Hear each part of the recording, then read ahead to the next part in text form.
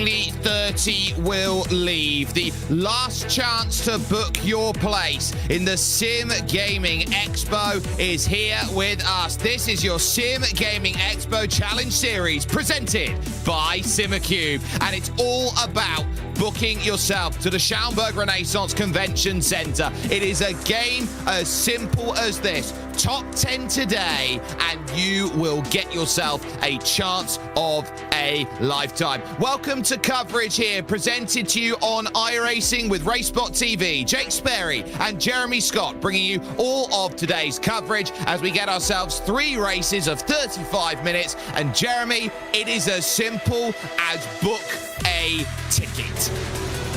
I was going to say, I spent years in the Chicagoland market.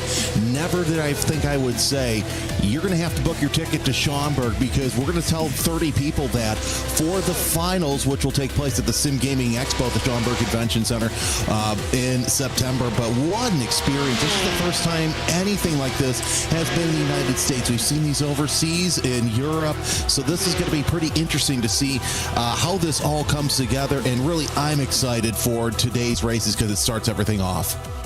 And it all started back on July 14th when they had 2 weeks to work out open time attack qualifying. The 75 best drivers had to earn their shot to get themselves to here, which is the online qualifying races. You book yourself through from 75 to 30. You'll be there for the semifinals and the finals live at the Sim Gaming Expo in Schaumburg. It is something that these drivers have been waiting time and again for, and the Sim Gaming Expo, we've seen the likes of Sim Racing Expo, for example, has come through at the Nürburgring. This, in addition to that, is something that is so beautiful, so wonderful. And the more open LAN events that you get in sim racing, the more amazing sim racing becomes. And this is how it's going to work today, Jeremy. 75 drivers split equally, 25 each for 3 splits. And it is very, very simple. From the time attacks, first, 4th, 7th, 10th go in race 1, 2nd, 5th, 8th, 11th in race 2, and 3rd, 6th, 9th, 12th in race 3. Top 10 advance, and the remaining 45 have to make sure that their result works well, because they form the new alternates. Yeah, for you and I, it's very easy because we have our grids right in front of us right now. We don't need to worry about qualifying or anything, but exactly. So we'll be watching a couple of spots. Obviously, we'll be watching battles up front, but the big spot we're going to be watching there is for that 10th place in each and every race, because that is going to determine whether or not you have a seat in September.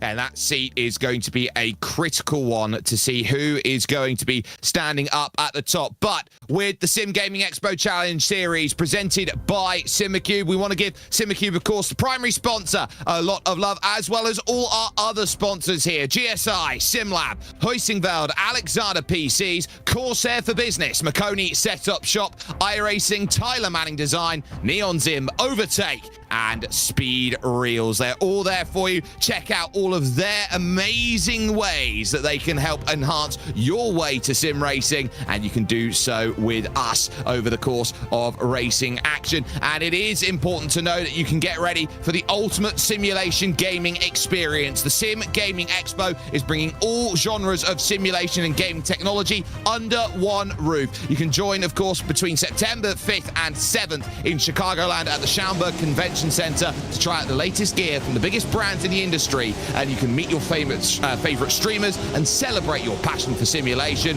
with our incredible community. Don't miss out. Get your tickets now at simgamingexpo.com and be part of simulation gaming history. A live look here, Jeremy, at Daytona International Speedway. It's the road course here today, and Daytona is one of the premier races. This is the track that kicks off racing for the year.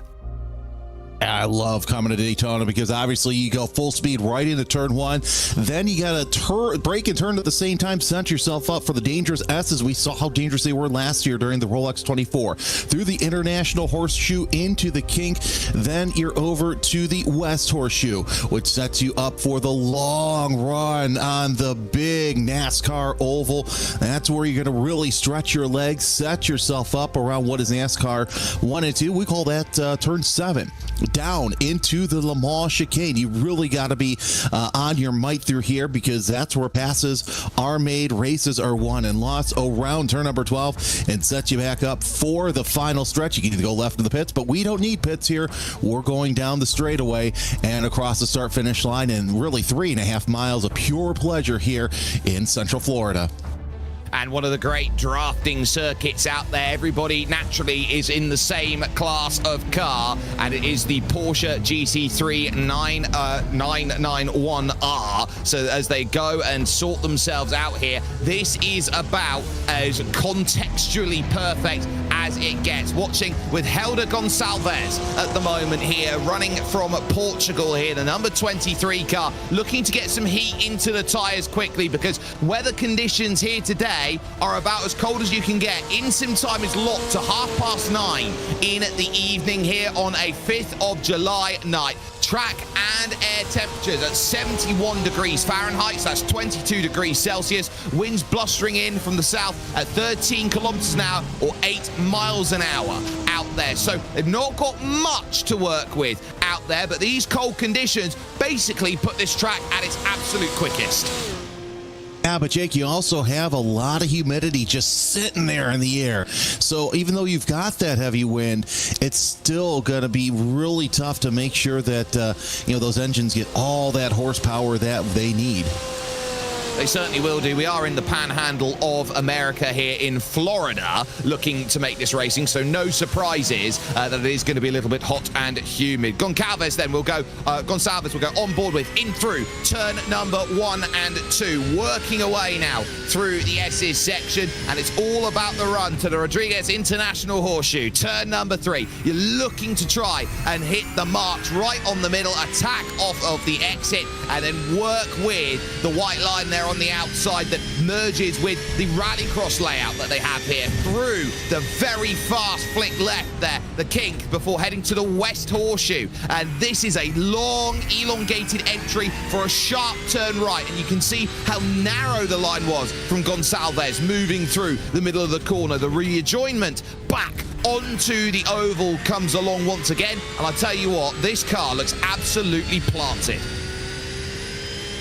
That transition from turn 6 onto the oval, one of my favorite in all of motorsports, because you got to position your car just right, because not only do you have just a little bit of banking you got to worry about, but you also got to set yourself up for that steep oval.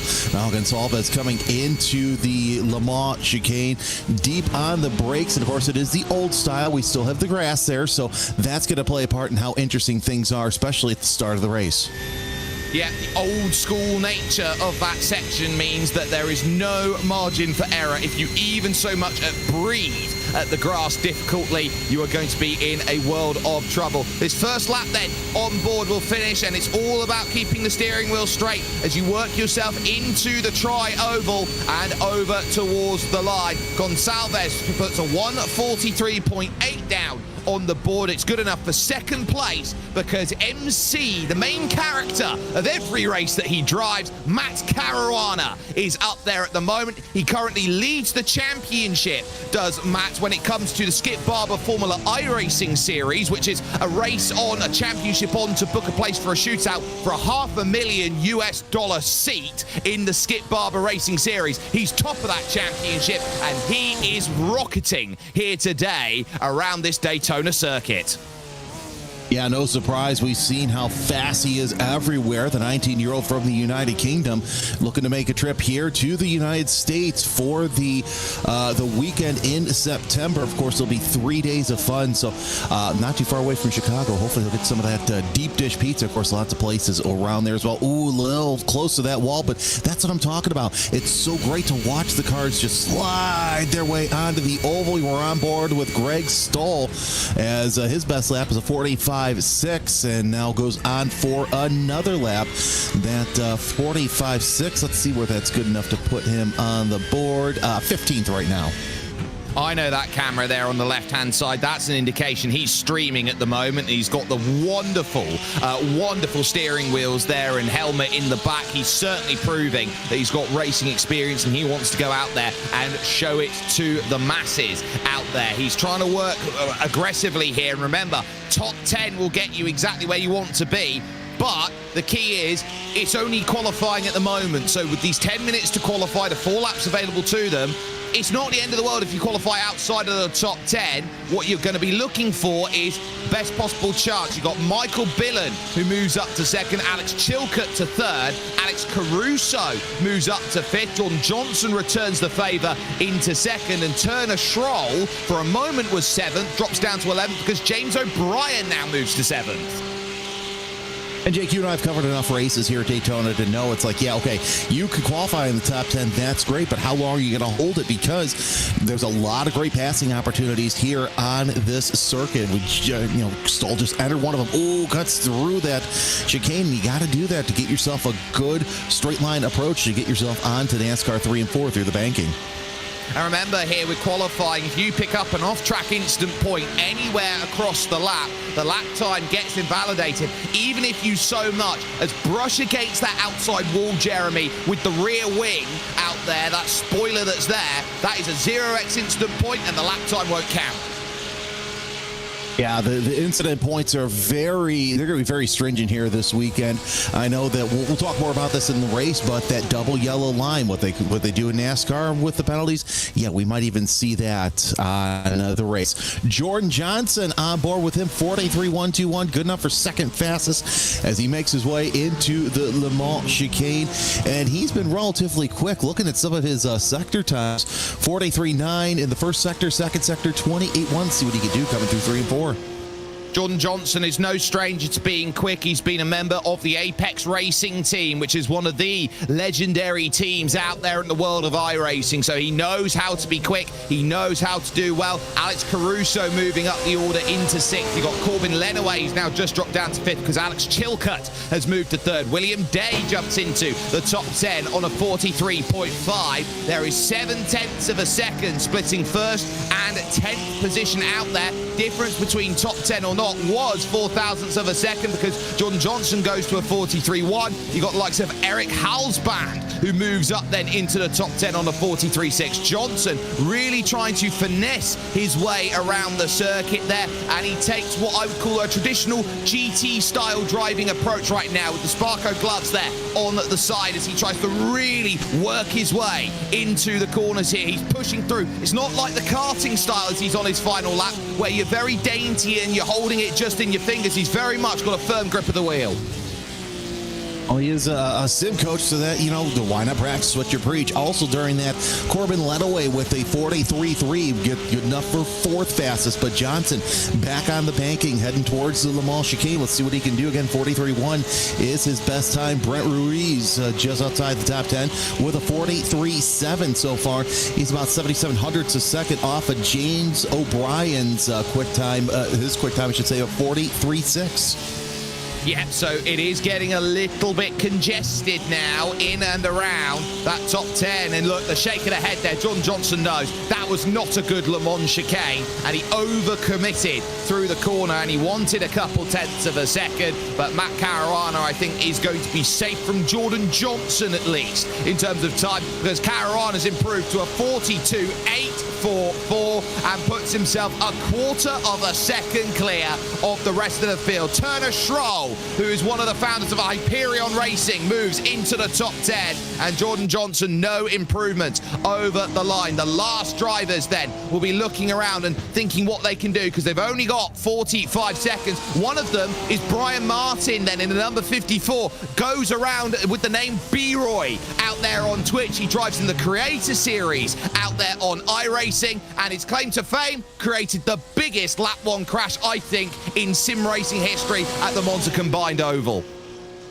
One driver who just got in the top 10, hopefully not poking out yet, Pierre Penigua with a 43.5. So good to see Pierre out there. But we're watching Brian Martin coming off an NASCAR turn 4. Sets himself up for the start-finish line. Of course, the waiting seconds goes down on the apron, which is allowed during qualifying to pick up some speed across the line. 44.387 out of the number 54.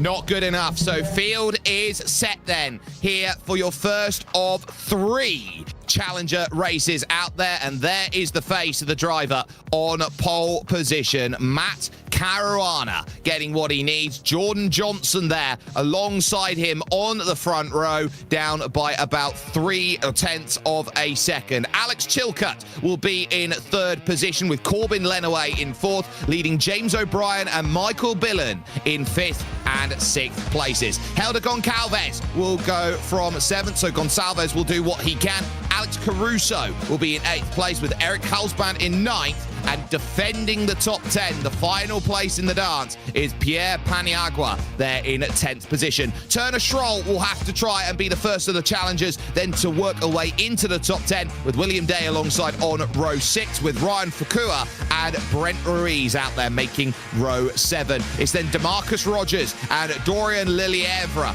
in 16th position with Tyler Beeman and Willie Brennan then on row number 9. There is B-Roy Brian Martin rounding in 19th. He's got the VTuber alongside of Blanc Ryuzaki then, who makes up the top 20, as Brandon Potts and Dennis Trump will be on row 11. Greg Stoll, we saw earlier on, is going from 23rd. David Hall is 24th, which leaves just the one driver there of Ron Matthews, who will be in 25th position. Andrew Nesland should be a non-starter for this first heat out there as they go. So the Sim Gaming Expo Challenge Series presented by Simucube now looks to bring itself into full position, Jeremy. They will have 35 minutes, and quite aptly, they're behind the Porsche iRacing First safety car for a short pace lap here, a half a pace lap before they get themselves out to racing here at Daytona. And the trickiest place on any start is going to be lap number 1. Yeah, turn 1 is going to be a calamity corner here at the start, with a whole bunch of Porsches going into there, trying to go from 3-4 wide all the way into 2 wide. So it's going to be interesting to see who makes their way into 1 unscathed. It's going to be very tight, to say the least, as field works their way around the Le Mans chicane. Karuna and Johnson looking pretty good so far. I think they'll make it unscathed, but that middle of the pack, it's going to be interesting to see how they make their way around. With Matt Caruana in control of this field, you might be able to have a couple tenths of a second's worth of advantage, but it is going to go away the moment that you bring Slipstream into position. And they know that over 35 minutes, they've got to play ball. They've got 17 instant points to work with before a drive-through penalty. Then it's another drive-through penalty for every 8 instant points after that. There are no fast repairs in this series, so if you crash the car, that's it. You have to repair the damage on the circuit, and with it being 35 minutes, do not expect pit stops to be a factor. But we got 75 drivers overall. Your first 25 have this question. It's 10 who will make it and who will book their place. Pace car dives down in the field in control of Matt Caruana, who jumps immediately, and the green flag drops. We are underway from Daytona International Speedway, and the race to Schaumburg starts now. Yeah, the top 4 or 5 already making their way single file, which is fantastic to see. And so far, so good that we're seeing everybody play nice in this 1-2. And I say that. Yeah, there goes the spin. It's a huge moment to start this race. Right to the back goes Helder Gonçalves then in the opening salvo of this race. He's turned around through the right-left chicane to start off racing. He will have to fight all the way from the back. That is pretty much the disaster start that nobody wants when it comes to racing in this field. You want to keep yourself clean. There are stewards' reviews, but they will come in the form of time penalties at the end of the race through protest. So there are no guarantees that these results, when we get to the finish line, are going to be official. That's why we will read them as unofficially who will be in or out. Another spinner. And it looks like that might be Paniagua, who is your spinner there, and that's actually the 18 of Paniagua. Yeah, so that drops himself back to the tail end. Charlie, as we're side by side for position with the 27. Leading the charge there, that's Brett Ruiz just on the outside looking in on the top 10. Yep, there just in front is Willie Brennan. Dorian Lelievre is there. William Days, Turner Schroll, who's currently got the top 10. So this group's got to start working together here. They can't afford to go too wide early because they know if Turner Schroll's the top 10 and they've got a gap here, they've got to catch William Day first and then work together with the slipstream to get themselves into position. This is one of the keys of racing at Daytona. If you need a place, you're going to need people to work together to give yourself that opportunity. Two clear at the front. Alex Chilcott and Island in third position, and then through to the top 10. Turner Schroll, currently the Guardian, side by side for 12th. Lelievre then having to be careful. Willie Brennan then to the outside, and behind that, DeMarcus Rogers having a little sniff down the inside with Ruiz and Brian Martin in play. B-Roy wants an action. And, you know, here's the thing. It is early on, but still 1.2 seconds between 10th and 11th right now for that transfer spot to Schaumburg. Really, Martin trying to hold off some position there with Beeman as we're looking on board with Martin. Cool's a cucumber early on in this race, but still 1.2 seconds between, actually now 1.1 seconds between 10th and 11th early on. Yeah, you may think it's big, but really anything can happen here at Daytona. It can. Ruiz just behind, losing the place there to B-Roy, Brian Martin, and then Tyler Beeman is there going through. And look behind, that's a third that goes because that is Blanc Ryuzaki with the dive straight down the inside and picks up the place, but loses the drive then and is caught on the outside, so actually will lose a place for making that move. Greg Stull really showing the, I would say, experience to go and make that move. Understanding you can make that move at turn 7, but if you're overly aggressive trying to make it happen here, Jeremy, it's a case of you're just going to see those places go away. You can't just attack at every corner and expect no comeuppance. Exactly, and you know, you got to save the tires. Yeah, we're talking 35-minute sprint race, but if you keep attacking, you keep getting aggressive, those tires are not going to treat you well. So treat them well, and you will be thanked later on. And Ryuzaki sitting there in 19th, trying to draft off of Greg Stull. I'm kind of surprised, Jake, that we're not seeing too much partnership for those who are on the outside of the top 10 to try and catch up to that top 10. I figured that we would see early on a little bit more raciness out of those drivers. Well, I think what we're seeing here is drivers here who are all thrown together. They don't necessarily know or understand the way that everybody goes. There's a big look to the inside. Greg Stull is certainly showing aggressive to try and get by, but Brent Ruiz is finding a great way of making it work. Brandon Potts is there. We'll take a look at the start. So this is Gonçalves and the issue, and it is vintage Daytona. You get two drivers there, and you have to move right to take the chicane properly, but if there's any overlap, you're just going to turn yourself over the nose. And Paniagua just, that was a self-spin right there. Is got to get on the gas too early, and that is a consequence of turn number 6. You want to get on the gas, you want to get going, but there are just sometimes where back end just does not want to go around. So we're looking at the battle for, I believe it's going to be 13th between Willie Brennan and DeMarcus Rogers right there. Rogers sitting there in the number 47, just trying to bide his time and set himself up. We still have a half hour left to go, and I know we talked about finding your draft partner, getting up there, but at the same time, you don't want to start too early. It's 6 1/2, half dozen the others, I like to say.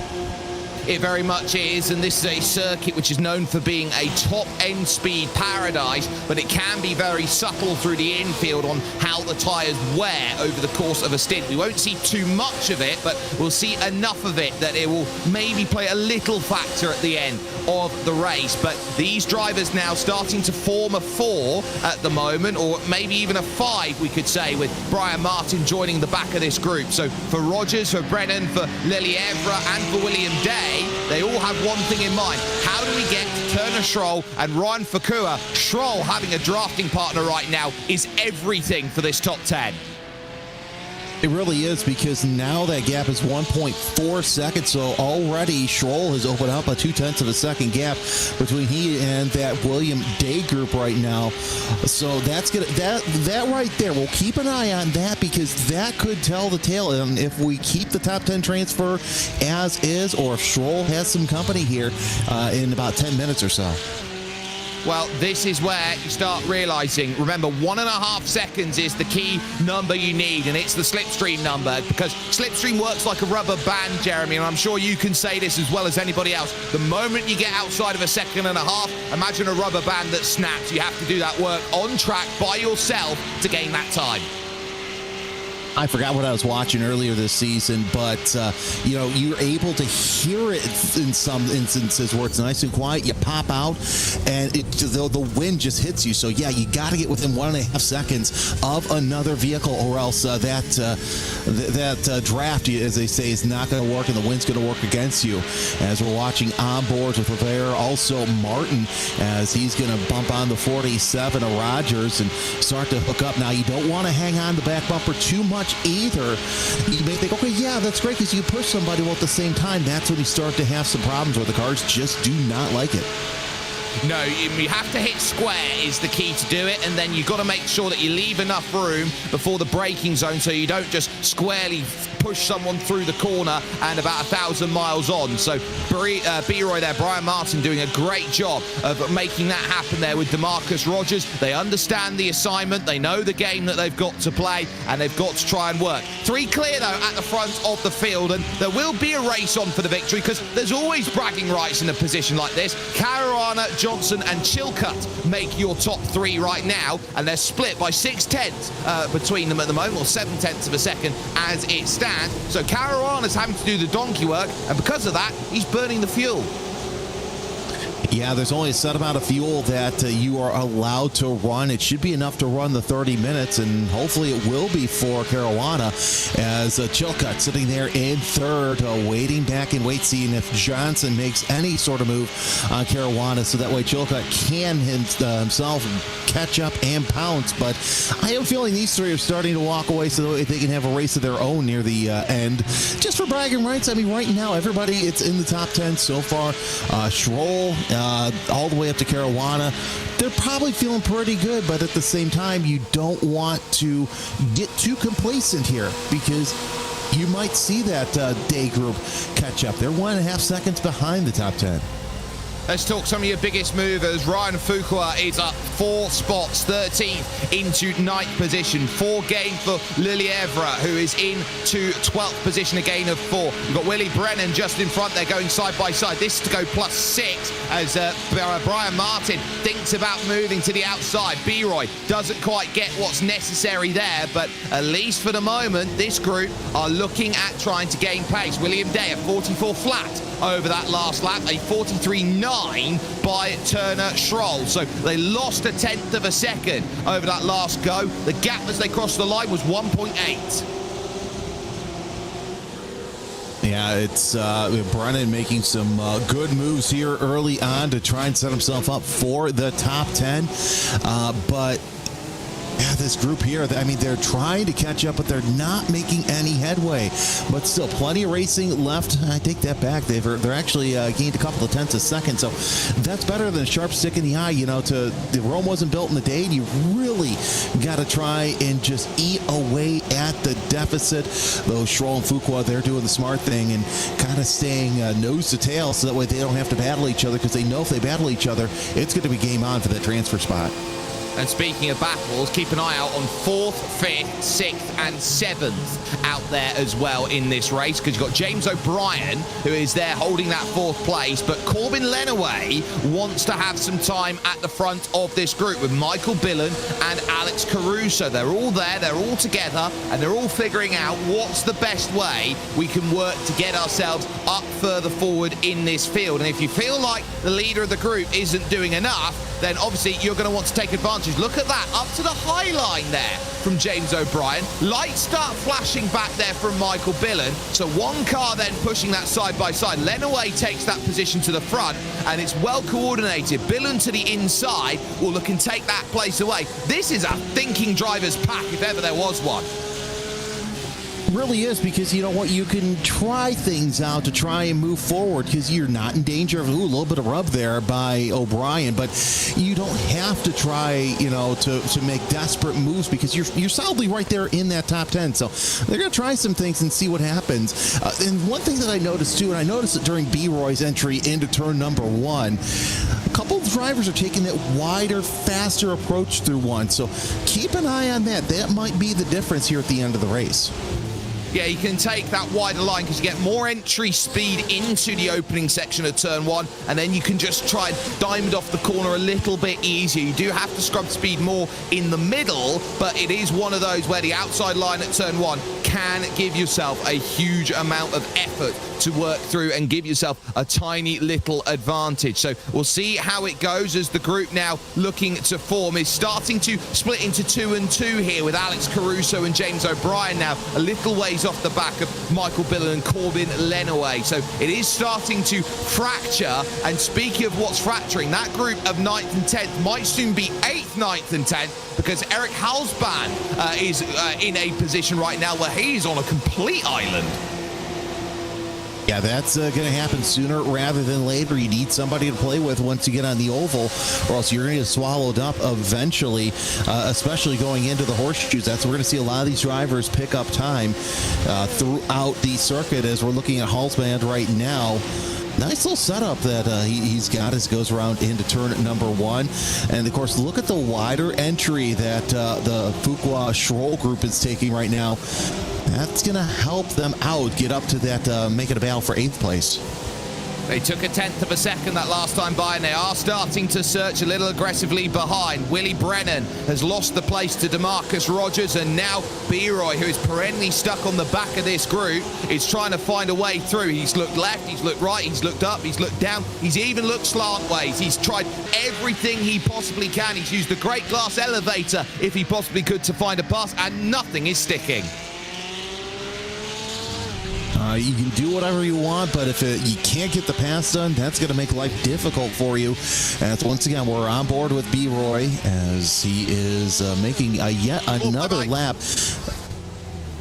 DeMarcus Rogers with the spin then. It's as simple as that. Coming through turn 6, he was aggressive in. The car in front was slow, ran wide. That was Lily Evra, and then that really did disrupt the flow of DeMarcus Rogers. Yep, it seemed like it was another Pierre Panigua incident where you just do it on your own, and that's going to happen there. Let's take a look at replay. And yeah, once again, that back end wanted to see what the front end was looking at, struck the cone, but nonetheless, at least able to get back underway quickly. But still, it could be game over for DeMarcus Rogers with 21 minutes left. Still 19th, but still a lot of ground to make up. That is a lot of time, especially after a spin. The tyres will be working, and these cars out there as your top 3 work away into the opening corners still. Caruana, Johnson, and Chilcutt, those top 3. Remember, they've just gone through a GT3 refresh not a million days ago, so it will give a little bit of a new understanding to how they work with. The tyres are a bit more pliable after a spin. It's not a case that you've got the hypersensitivity of the tyres, where effectively you spin the car once, you're completely shot with overheated tyres for half a stint. Watching this battle also for 18th place between Potts and Rogers as they're battling one another side by side throughout the circuit around the International Horseshoe. Wow, Mason going too wide, not making any kind of contact. So right now, Rogers gets out front in the kink, but does it last for the time being? I think it's going to, because Potts lost a little bit of ground. Ryuzaki, the next car, who wants to get around Potts. Yeah, and Blanc has been trying each and every time to make a move. He's been very aggressive in and on the brakes, but just hasn't quite been able to get the car to work in a way that is desired at this moment. We go on board, and you can see there's about a 3 to 4 car length advantage. There's the VTuber model out there in full display for Blanc at the moment, with a bit of the Bo Peep bonnet going about at this stage. You can see the eyes certainly looking over to the right-hand side. inside. That's to look up at the FOV mirror there as he goes into the corner. But Blanc here trying everything he can through the left, right, left of the Le Mans chicane, and you can see everybody is taking tow from everybody else, going over 140 miles an hour at this point. You really need to be switched on to as and where you go. Speaking of as and where, there is 9th and 10th, Ryan Fuqua and Turner Stroll. They have not moved an inch over the course of this race, and it shows because William Day is the sole driver now looking to make a charge, because Dorian Lelievre has lost the place to B-Roy. Brian Martin, who has made good progress. See what Martin can do, get into that 11th spot, but yeah, 1.5 seconds still. Day planted into that position. He's lost a couple, gained a couple of tenths a second. Let's see what he can do here by himself, but it's going to be an uphill battle if he has no drafting partner. Hopefully B-Roy can catch up to him, and they can go out and play with the Stroll-Fuqua battle as we're watching that. Still on board, 9th and 10th right there, 25 over 4 as they make their way onto the circuit. No, looks like Stroll taking a little bit tighter line. Could that be a test to see what happens here in the later stages of this race? If he can catch up to Fuqua and maybe pass him for one extra spot so he's not sitting on that bubble. Yeah, there is going to be a little bit of antsiness. They say, well, so long as you're in, you are in, but you'd rather be 9th and 10th in this situation. That much you would say. And Turner Stroll is one of those drivers who is thinking about what happens if I'm 9th compared to if I am 10th. He is one of the 7 original founders of Hyperion Racing, and is one of those teams that has participated in the 24 Hours of Lemons, one of the great racing institutes of the United States, and will be joining that group again at Sonoma in November. We got to get you over and actually put you in a Lemons car, because that is actually a lot of fun. Oh, it absolutely is. Remember those virtual Lemons races where you had drivers try all sorts of amazing things back in the COVID years? I remember a time where someone decided they wanted to try and drive on a Guitar Hero controller. That was incredible, just like this side-by-side that's going through Greg Stull and Brandon Potts. Yeah, Potts and Stoll have been neck and neck most of the race right now. So this has been an interesting battle. Also sitting back there, Ryuzaki looking pretty good as well. Also still got B-Roy and Levere battling for a position as well. They've been going back and forth the past couple of corners. So a couple of great battles near the back of the transfer spot, but still a lot of great racing no matter where you want to look here in this first race. Oh, and this is really costing time. Lelievre moving for the inside. Can't quite get there. And B-Roy holds still with Willie Brennan just behind in 14th position, trying to say, this is what I'm capable of. So keeping yourself in this group is great. What they are losing, though, is time, and a lot of time. And over that last lap, Brian Martin did a 1:45 practically compared to the 43.6 of William Day. It's a huge difference maker out there in terms of pace, and if you are losing ground and losing time to the tune of 1.5 seconds a lap, there is no way you're going to have a chance of making that happen. And I think Brian Martin knows it. Slow down penalty up on the top side of the circuit, using the lapping lane which is up there to get that serve, and he is trying to do so as efficiently as possible to not lose the toe. Still has more to serve.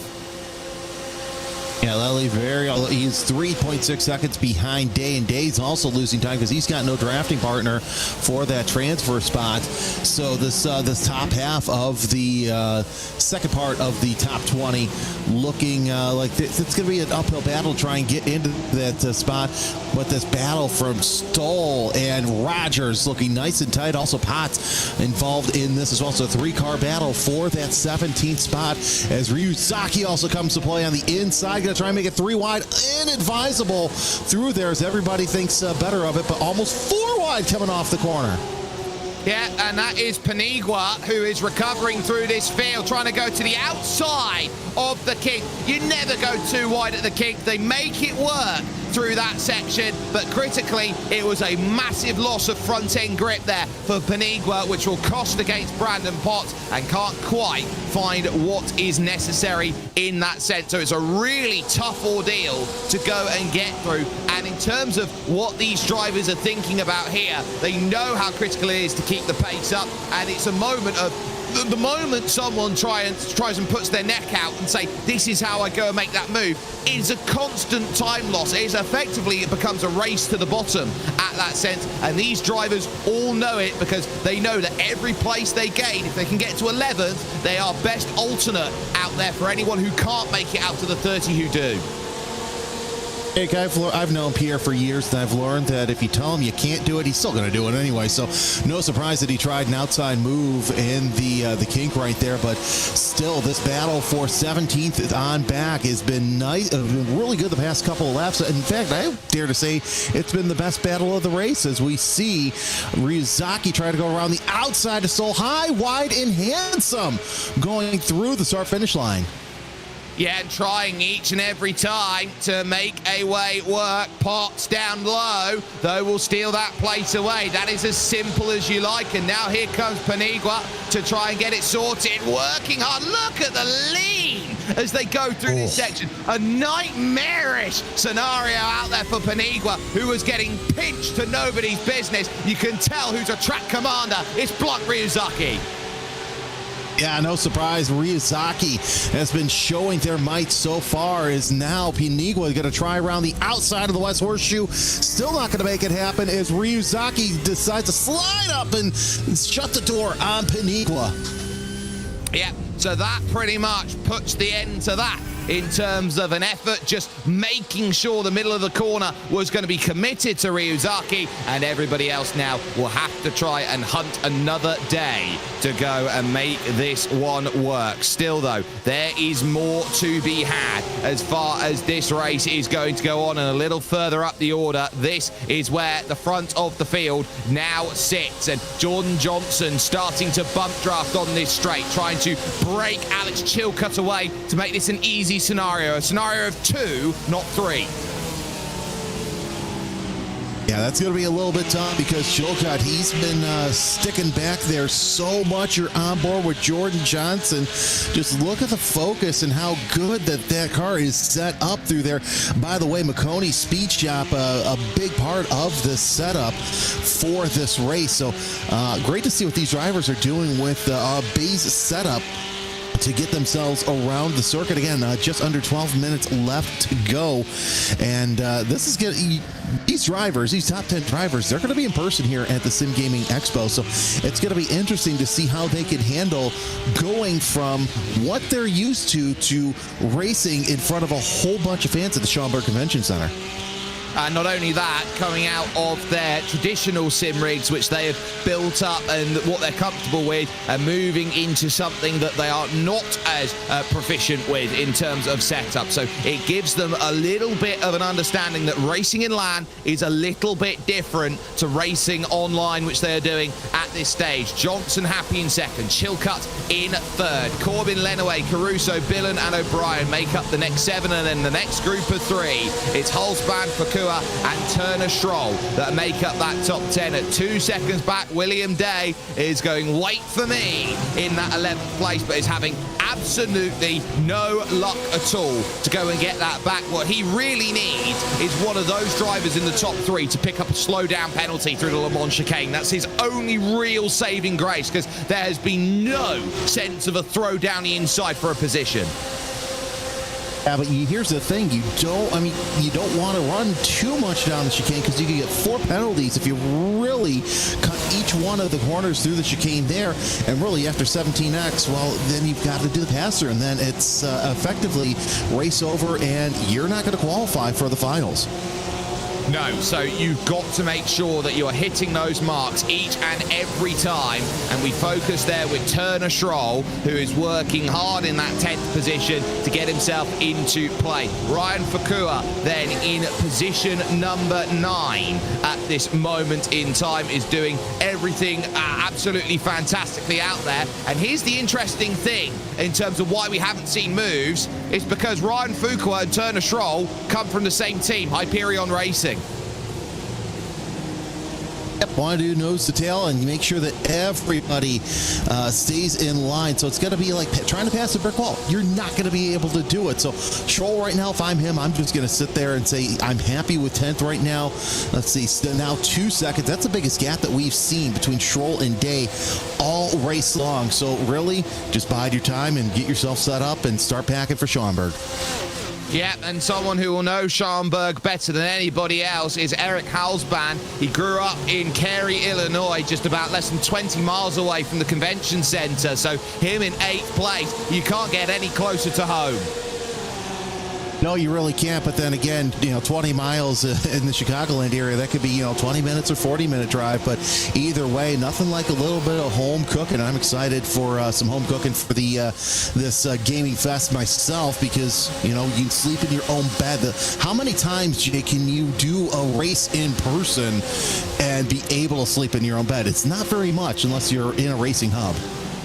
Exactly. I will never have that luxury of being able to do that. My area is not a sim racing hub by any stretch of the imagination, but for drivers who do, it's one of the most amazing luxuries you can put yourself into. You don't have to sleep in the hotel. You don't have the question of where am I going to get food? How am I going to be happy about it? It's so much of an advantage. It's one of the unwritten advantages.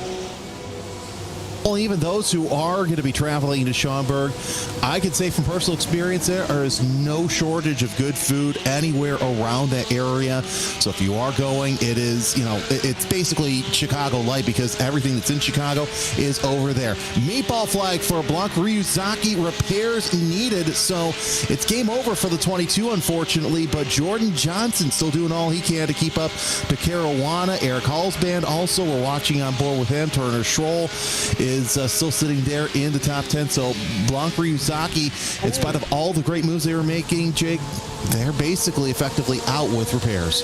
It started with Brandon Potts on the exit then of turn number 2.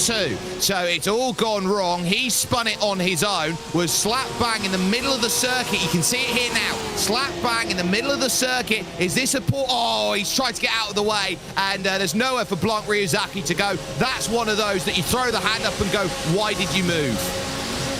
Exact. You gotta hold your brakes, especially through there, because it's such a blind corner. And of course, there's Pierre Panigua making some off-road experience happening there. But yeah, you gotta hold your brakes, especially through there, because it is such a blind corner.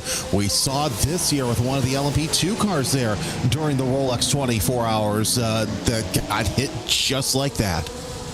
Yeah, for those who are asking, Alex Caruso, not the basketball player, but rather from California, the co-owner of Hyperion Racing. So another driver of Hyperion. They're getting 3 into the dance as it stands at this moment. And we focus on this trio at the front, down to just 6 3/4 minutes left in this race. And Jordan Johnson sitting on the back there, or in the middle, sorry, with Alex Chilcutt, who hasn't thrown anything out there. This is one of the scenarios where if you're watching these 3 and they haven't moved at all, someone's going to yell, somebody throw a pie. But no one is going to until the final lap, because they know that the moment they start moving anywhere out of position, they're not going to have a chance to get into it.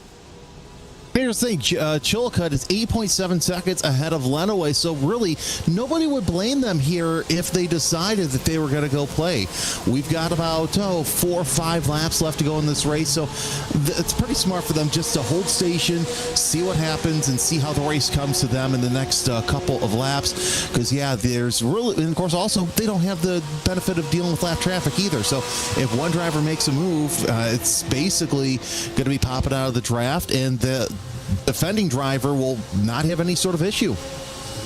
Yes, and that means that if you've got no issues in terms of the overtake, you are there and you are happy. There is a 4-mile-an-hour difference on the front stretch they go in between Caruana and Jordan Johnson. It is a stark reminder that the slipstream is all-conquering and all-powerful, and the worst place to be is on the front. They are still swapping it out for 4th and 5th behind as Alex Caruso moves through on Corbin Lenaway for that place, but Lenaway isn't having it. It's going to try and go then onto the outside of the International Horseshoe to go and get this move, tries to get that sharp line off of the exit to entice that drive, but just can't quite manage it there. Is going to be underneath there, that rear wing, but has nothing more else to say about it. Stuck in line here to the West Horseshoe. Just hold station, you know, bide your time.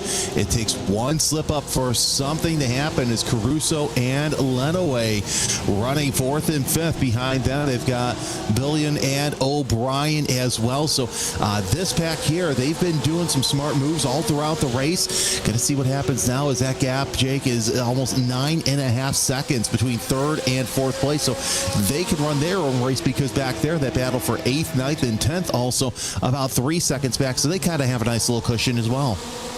Yes, but they can't afford to do anything silly, because if one car even so much as breathes out of line, that's the difference between in and out in terms of how they race. And they work hard there through the Le Mans chicane and give themselves every opportunity. They're doing 1:45 lap times, and so this is going to be close as they cross, but I put it at 3 laps to go here at Daytona for this first race of 3. 3 laps to go. Anything can happen here as we see Lenaway all over that back bumper of Caruso going down the start-finish straight. Well, not so straight to the start-finish tri-ovals. They all go drivers right to the outside to set up for the rest of turn number 1. But yeah, it just takes one to just pop out of line and really create havoc for the rest of them. And I'm keeping an eye on William Day. He took 1/10 of a second out of Turner Stroll, but he's still stuck at 2.1 seconds. He needs help in order to get himself over the line. But this group of 4 continues on, and Corbin Lenaway has been searching about, having a little prod, having a little poke, but Alex Caruso's got all the answers to it. And there we take a look with car number 16 out there at this moment in time, really working through the corners and saying this is what it's all about. We focus here because that is Michael Billen on the back of Corbin Lenaway, who is the 16. Look at that, right up to the wall, and we saw a few sparks there going through. That shows how much they're pushing, even though they're stuck in this group. Yeah, because if you're not pushing, that driver behind you is going to push even harder. So you want all the real estate and then some. They paid for the whole track, Jake. By God, they're going to use the whole thing.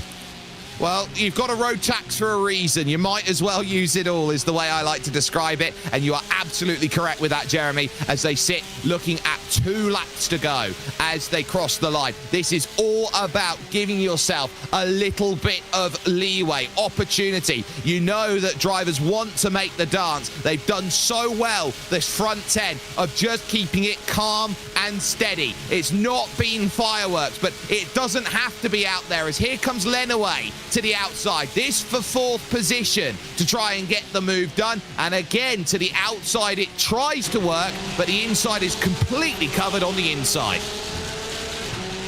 And that's what you need to do, because you want to cover off any sort of attack through 1, 2, 3, because even if they don't attack, they're still going to be side by side with you going into the International Horseshoe, and has such a great passing zone here on this circuit. So you want to cover off any preemptive attack as Caruso, Lenaway, Billion, and O'Brien 4th, 5th, 6th, and 7th through the West Horseshoe. Lenaway takes a look to the inside, doesn't make anything happen as he's too far away from Caruso. Now set themselves up into turn 6, where they will definitely be on the loud pedal to get onto the oval. White flag this time by for your leader, Karuna Johnson Chilcutt.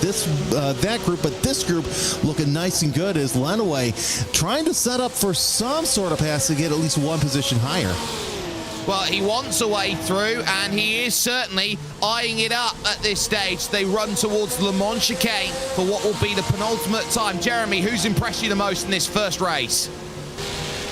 I I would say Chilka for staying up near the front because Karuna and Johnson, they've been able to open up the gap. But also, here's what's interesting, too. I like William Day because now he's 1.3 seconds behind Troll. He's done that all his own.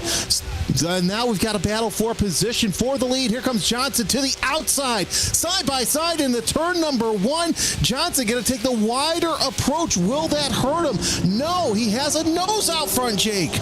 He does, but now he's got to try and get it sorted to the International Horseshoe. Caruana blocks him off. Then as they go right into the grass, they go. Gloves off, last lap. Let's have a race. Alex Chilcutt has a little think about making that move. Not gonna happen. Caruso and Lenaway have switched, so Lenaway now up into 4th position, has got the number sorted. Schroll has been started to get caught right now, and William Day is at 1 second back for the transfer to book a place. It is all kicking off on this final lap, but at the front, as we take that drone camera look for a moment, it's Jordan Johnson who wants the glory here of getting by MC, the main character, Matt Caruana, for position, and now has only the banking to do so. Alex Chilcutt will look to try and time this run from 3rd position, and the gap as well for William Day is critical. Schroll's still got the draft of Fakua in front, and he's also got draft as well, but there won't be a move here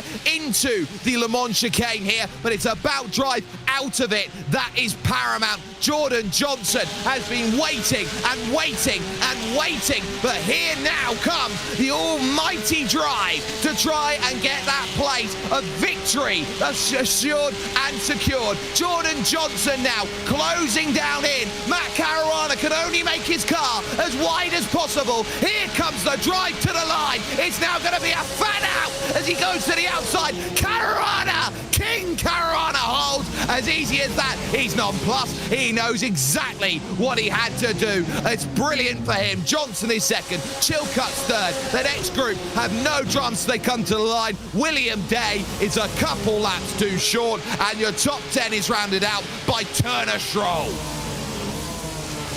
What a fantastic battle. We saw Lenaway get up to 4th place over Caruso across the line here.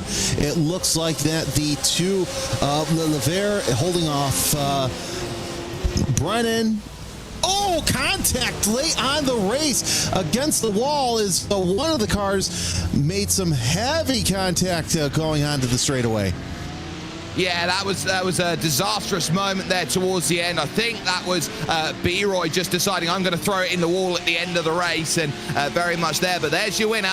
Car number 3, Matt Caruana, is proving that he is going to make sim racing his, and the more that he goes about it, it's win after win after win, and you can see that he is just in a cool down mode at the moment with the way that he is going about things. All race results here, of course, are unofficial until the stewarding review comes out post-event, so keep an eye out on that, and we will let you know if there are any major changes that go through after this. But 21 laps of racing, Matt Caruana 400ths only at the line, but holds off Jordan Johnson for the result then, leading a slew of members of the United States. Alex Chilcutt in 3rd ahead of Corbin Lenaway and Alex Caruso rounding out your top 5. Michael Billen and James O'Brien are 6th and 7th, with Eric Halsband in 8th. It's then Ryan Fakua and Turner Schroll who book their places over to Schaumburg with a top 10. First alternate will be William Day in 11th place, with Dorian Lelievre in 12th position. You've then got Willie Brennan and DeMarcus Rogers 13th and 14th. Good recovery by DeMarcus Rogers there with the spin. It would then be Tyler Beeman who will be 11th, with Brian Martin B-Roy in 16th. Brent Ruiz and Pierre Panigua will be there in 18th, as Greg Stoll and Dennis Trump would round out the top 20. Just the 21 finishers then in this race, as David Hall would be the last of them. Brandon Potts, Blanc Ryuzaki, Ron Matthews, and Helder Gonçalves, who had that big spin on the opening lap of the race, would be out of that in its initial stages. But what a wonderful result we have had. We've got the opportunity, though, to chat with some of our drivers, and I think there is no better place to start than with Matt Caruana, your race winner out there overall. Matt, simply put, a wonderful display of driving at the front. Talk us through leading every single lap of that race, because it looked like Jordan was trying to set you up for that final lap. Yeah, that well, I knew he flashed me on the first lap with his lights, so I knew he'd stay behind for the whole race. But yeah, I sort of knew he'd go for it on the last lap. I didn't expect him to go around the outside at turn 1, but yeah, he tried, and we had a good battle. And I think we both just want to make it through the top 10. So yeah. It is as simple as that. For you, you've been having a sim racing, I would say, summer that has been incredibly successful for you. We've seen what you've been doing over in the Skip Barbers, but what does it mean for you to go to a LAN event like Sim Gaming Expo and look to prove yourself to be top there? Yeah, definitely. It's a massive opportunity. Obviously, going to a different country, a LAN event, all the eyes are on the stage sort of thing. So yeah, it's a big opportunity. I'm looking forward to going, and yeah, we'll see how it goes. And in terms of some of the competitors you've been keeping an eye out on, it's not just here, there's 2 other splits of racing that's going on. Who have you been eyeing up over the competition that you think is going to be your biggest credible threat? Yeah, we've got, well, obviously Jordan in this split had really good pace. Alex and P3 had good pace. And then the other splits, obviously, we've got Daniel is 9K, and I think David as well is 10K. So yeah, a lot of competition in all the splits. So it'll definitely be a lot more difficult when we all come together. But yeah. Well, we'll wish you the best of luck. Matt Caruana, we call him sometimes the main character because he just keeps winning. Gives himself the result here today from Daytona International Speedway. Jeremy, you taking the walk down the virtual pit lane. I believe you found yourself with the driver that's impressed you the most in Alex Chilcutt. I've got to say this, Alex, the 3rd place. First of all, congratulations. Welcome to the Sim Gaming Expo Finals. But talk us through how you got up to that lead battle without any drafting help whatsoever. Yeah, so I was very fortunate to have a good quali. Ended up 3rd. Took it easy the first couple laps, and then the guys in front of me really understood the assignment. They weren't battling at all, so it was nice to just sit behind them, draft, save tires, and made it really easy for myself. What I find interesting about you is, you're racing guys, drivers, I should say, who have raced, many years in iRacing. You've only raced 2 years here in the sim. How did you get so fast and so good so quick? More hours than I'd like to admit. We'll just go with that. Well, as you and I both know, those Chicago winters can be brutal, so that's understandable.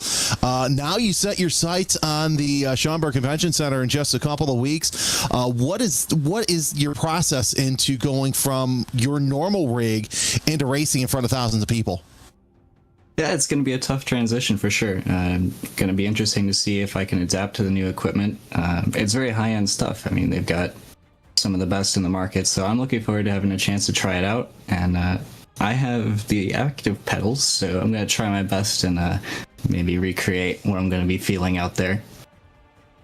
That's going to be interesting to see. We'll see you out there in just a couple of weeks. And of course, Jake, Alex talking about how they have top of the line equipment there. There's going to be a lot of great vendors on site who will let you try out all this great equipment that you could use here in the game.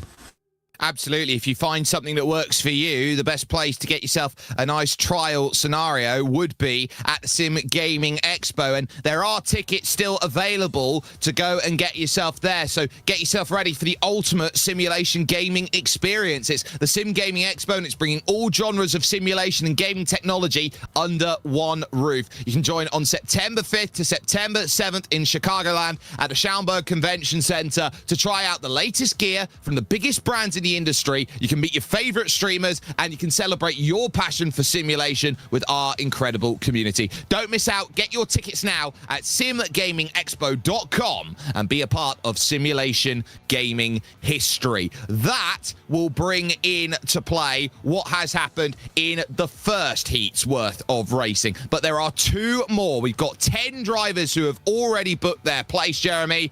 And we've got 20 more who need to try and find another ticket in play. Another 25 drivers are racked up. And the question will be, how will the second race that will be coming up be any different from the first?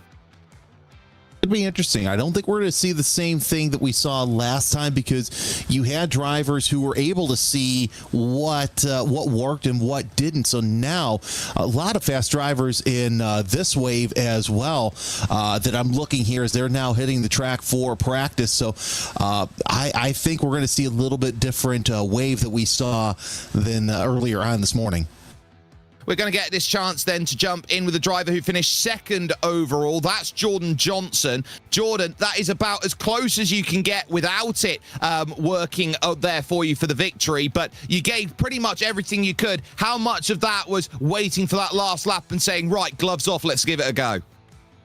Yeah, I mean, I think coming in, it was kind of just no risks, make sure we both get to the end.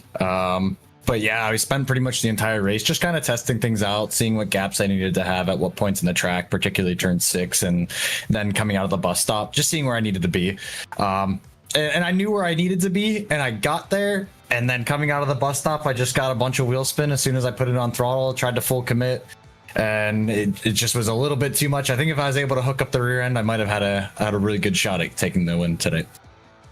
You've certainly got a lot of experience through the Racing Prodigy League, for example. You've had your chance to be a coach in 2 separate different areas, and your performances over with Roush as well. In terms of how you look to try and leverage that experience, you know that the top end of this field has some incredibly quick drivers. So was it a case of everyone knew the game and just had to try and keep themselves on the level and steady? Yeah, I think so. I mean, Matt wasn't really doing anything that I would even consider slightly sketchy. It was really just hold his line. I kind of followed up behind him. Last lap, I figured, let's just have a little bit of fun. So I threw some low risk moves, not really high percentage, but just making sure that there was no chance that either of us was going to take each other out. And then just make it through to the next round, because there's not too much incentive to do anything today. We're not fighting for any prizes today specifically, or any advantage going into the actual event. So it was really survive and make it to the next round. Ticket booked. What is the element of competition you're looking forward to the most when it comes to racing in Chicagoland? I think really it's just getting back and racing in person again. I've only gone to a couple events in person in the sim racing side of things, but from other disciplines I've done, it's always been one of my most favorite things to do. It's a really rewarding experience. So really just getting back in front of people and onto a stage. Well, we all wish you the best of luck when it comes to racing action that comes along at Schaumburg. Jordan Johnson there joining us and getting second place and possibly the second best ticket in to make that dance. We are now in towards qualifying for your second lot of heats here, Jeremy, and so they would have taken the experience that had gone through in race number 1, and they will now look to apply it here in race number 2. Now, the big key here that I'm looking at in terms of this field is the strength of the 2 Hungarian drivers that are sat up here in this field, Daniel Alar and David Toth. Those two, I think, are A and A1 candidates. No, I totally agree. And those are the 2 names that stuck out at me right when I saw the entry list for these different waves. And to see them up near the top, it's no surprise that they will be up front in this race. Of course, 10 minutes, 4 attempts at a fast lap as drivers are out there on their warm-up lap. We saw Dre fall with on the course, and there's Daniel Ola, the Hungarian, going out there to set a quick time. Yeah, and will certainly need to be at his best to go and put a real challenge on at the front. The key is going to be very, very simple. Who can jump up and say, I am what they need? Those 2 Hungarian drivers as well, part of the same team, Sept Esports, which has been making great headway when it has come to racing action at the top level of sim racing. So there is a lot to go and work with out there as far as everybody is concerned. But they're now looking to get themselves into position. But there are other great drivers out there who are looking to prove that they've got what it takes. Ryan Mikulev comes to mind as someone who's been running in the Skip Barber Formula iRacing series this season. Hasn't quite had the luck to make it happen. And maybe a little bit further down the field, a driver that I've seen more in the touring car circles about 6-7 years ago in iRacing. Lyndon Swaby is certainly someone to keep an eye out on. So it doesn't matter which heat you watch. I mean, it's not like we said earlier on in the show. It's not based on rating. It's based on where you qualified in the top 75 as Daniel Ola comes around for the first of 4 flying laps. So that's what makes these qualifying races interesting. It's not talent heavy in one, and okay, you know, we're going to qualify some who maybe have raced 2-3 times, have an I rating in the 4,000 or 5,000s in the other. It is a healthy mix of drivers who know what they're doing and some who are newer to the sim, but they're really quick early on. 44.2 the first sector time out of Ola, so that's actually a pretty fast time there through the infield portion of the race track. It very much is, and I suppose to your point then, Jeremy, you'd say that the stopwatch never lies. Oh no, the stopwatch never lies. Of course, when you have Daniel Ola on one of those cars, you know, you would expect it to go fast, and it going slow means, well, there's something that happened to the car.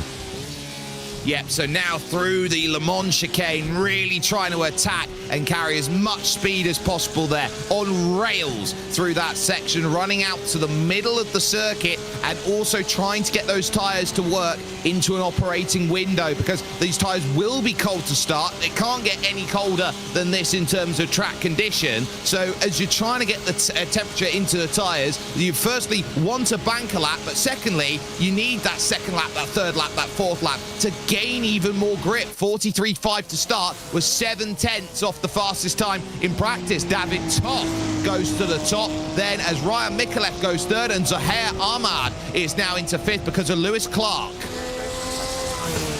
Now we're going to start to see what some of these drivers can do. Would not be surprised to see a front row battle between Toth and Ola as we're watching the 21 of Max Baumann come across turn number 4, NASCAR number 4 that is. Let's see what he can do across the line already at a 44.972. So that's good enough for 12th fastest. So pretty decent time. Keegan Kalick actually caught my eye with a 43.759. So your top 5 drivers, Jake, all in the 43s. Yeah, not bad there from Bowman, but still 12th position wouldn't quite get the job done. Top 10 right now is a 44.9, which is set by Nick DeConcini at this moment. So DeConcini is the benchmark that everyone will be trying to go with. We've got 6 drivers who have yet to set a time. Tyler King, Andrew Nesland, Nathan Deering, Brad Wren, Sheridan Wade, and Dalton Brewington make up those 6. There is Nathan Deering out there at the moment. VR in full display out there, and you've very much got to be in tune as you go. I'm always worried when I try and look at VR drivers out there. What happens when you lose your place on the steering wheel and you work out you're not quite shifting where you expect to? It's one of those prospects you just have to have full commitment and trust with the machinery that you've got to be an absolute maestro at it. Well, I've actually had a chance to try iRacing in the VR, and it's something different. You do have to have your senses about you. But then again, you know, that was before I moved into this new studio too, so I haven't had a chance to do that. I might do that at the Sim Gaming Expo, kind of try out some new VRs. But here's what's interesting too. I wear glasses. So early on, it was tough for me to wear VR because it would press against my glasses, then therefore press against my face. So it'd make racing uncomfortable. I'd get dizzy. I'd get sick. You got to work up to that. But now they have these VRs where some companies will actually put your prescription, and you can set your prescription in those lenses. So you can have that full immersive racing experience. But I've also heard drivers who went to VR, they're like, you know what? I want to go into a 3-screen setup like you see Keegan Kalick right now. Yep, so a 3-screen setup certainly does hold its advantages, but also as well, we're seeing quite a bit of the ultra-wide coming in when it comes to sim racing is the best way to go through. Just having that wider setup, you can see a little bit more as you go out there, but seeing the way that it's set up right now for Keegan Kalick, that is a very, very, I would say, narrow triple screen that we see. We sometimes see it quite a bit wider than that, but I would call that very enclosed. Yeah, that's an extremely enclosed, and that'd be something that I could see using for, you know, like a stock car setup. But then again, you could also argue that the Porsche is a stock car, and indeed it is, because you technically can't buy one straight off the dealer lot. But that would be a little claustrophobic for me, because it seems like that your perspective would be a little bit more narrowed than you would in a regular racing situation.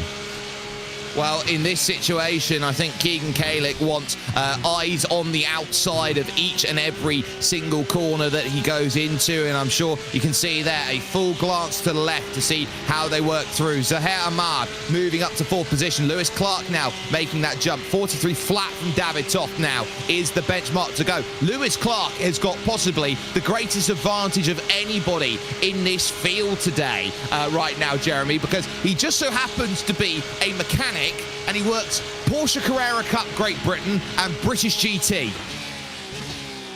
Okay, so no better experience in learning how these cars, how they work under pressure. That's actually fantastic experience to have. Jake, look at that gap between first and second. What did I say early on? It's going to be a front row battle between these two, and they're proving it. 0.061 seconds separates Toth from Ola.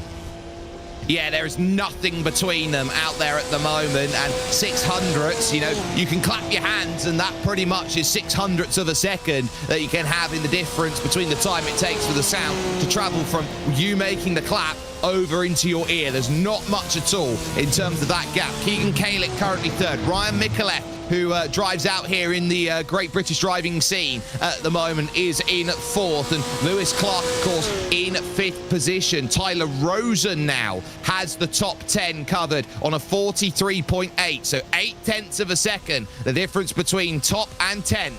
As it stands, Allah really trying to make this final lap attempt work. We're down to just a minute to go, and he's going to do everything possible. Crosses 43.049, half the gap, but not enough. David Toft will feel safe with that. Did not improve on that final attempt, but Ahmad up then to 5th position. Tyler Rosen goes to 6th, but everybody's looking around. Alex Zart now in the top 10, and Keegan Kalick trying to find 0.3 of a second to disrupt the two Hungarians.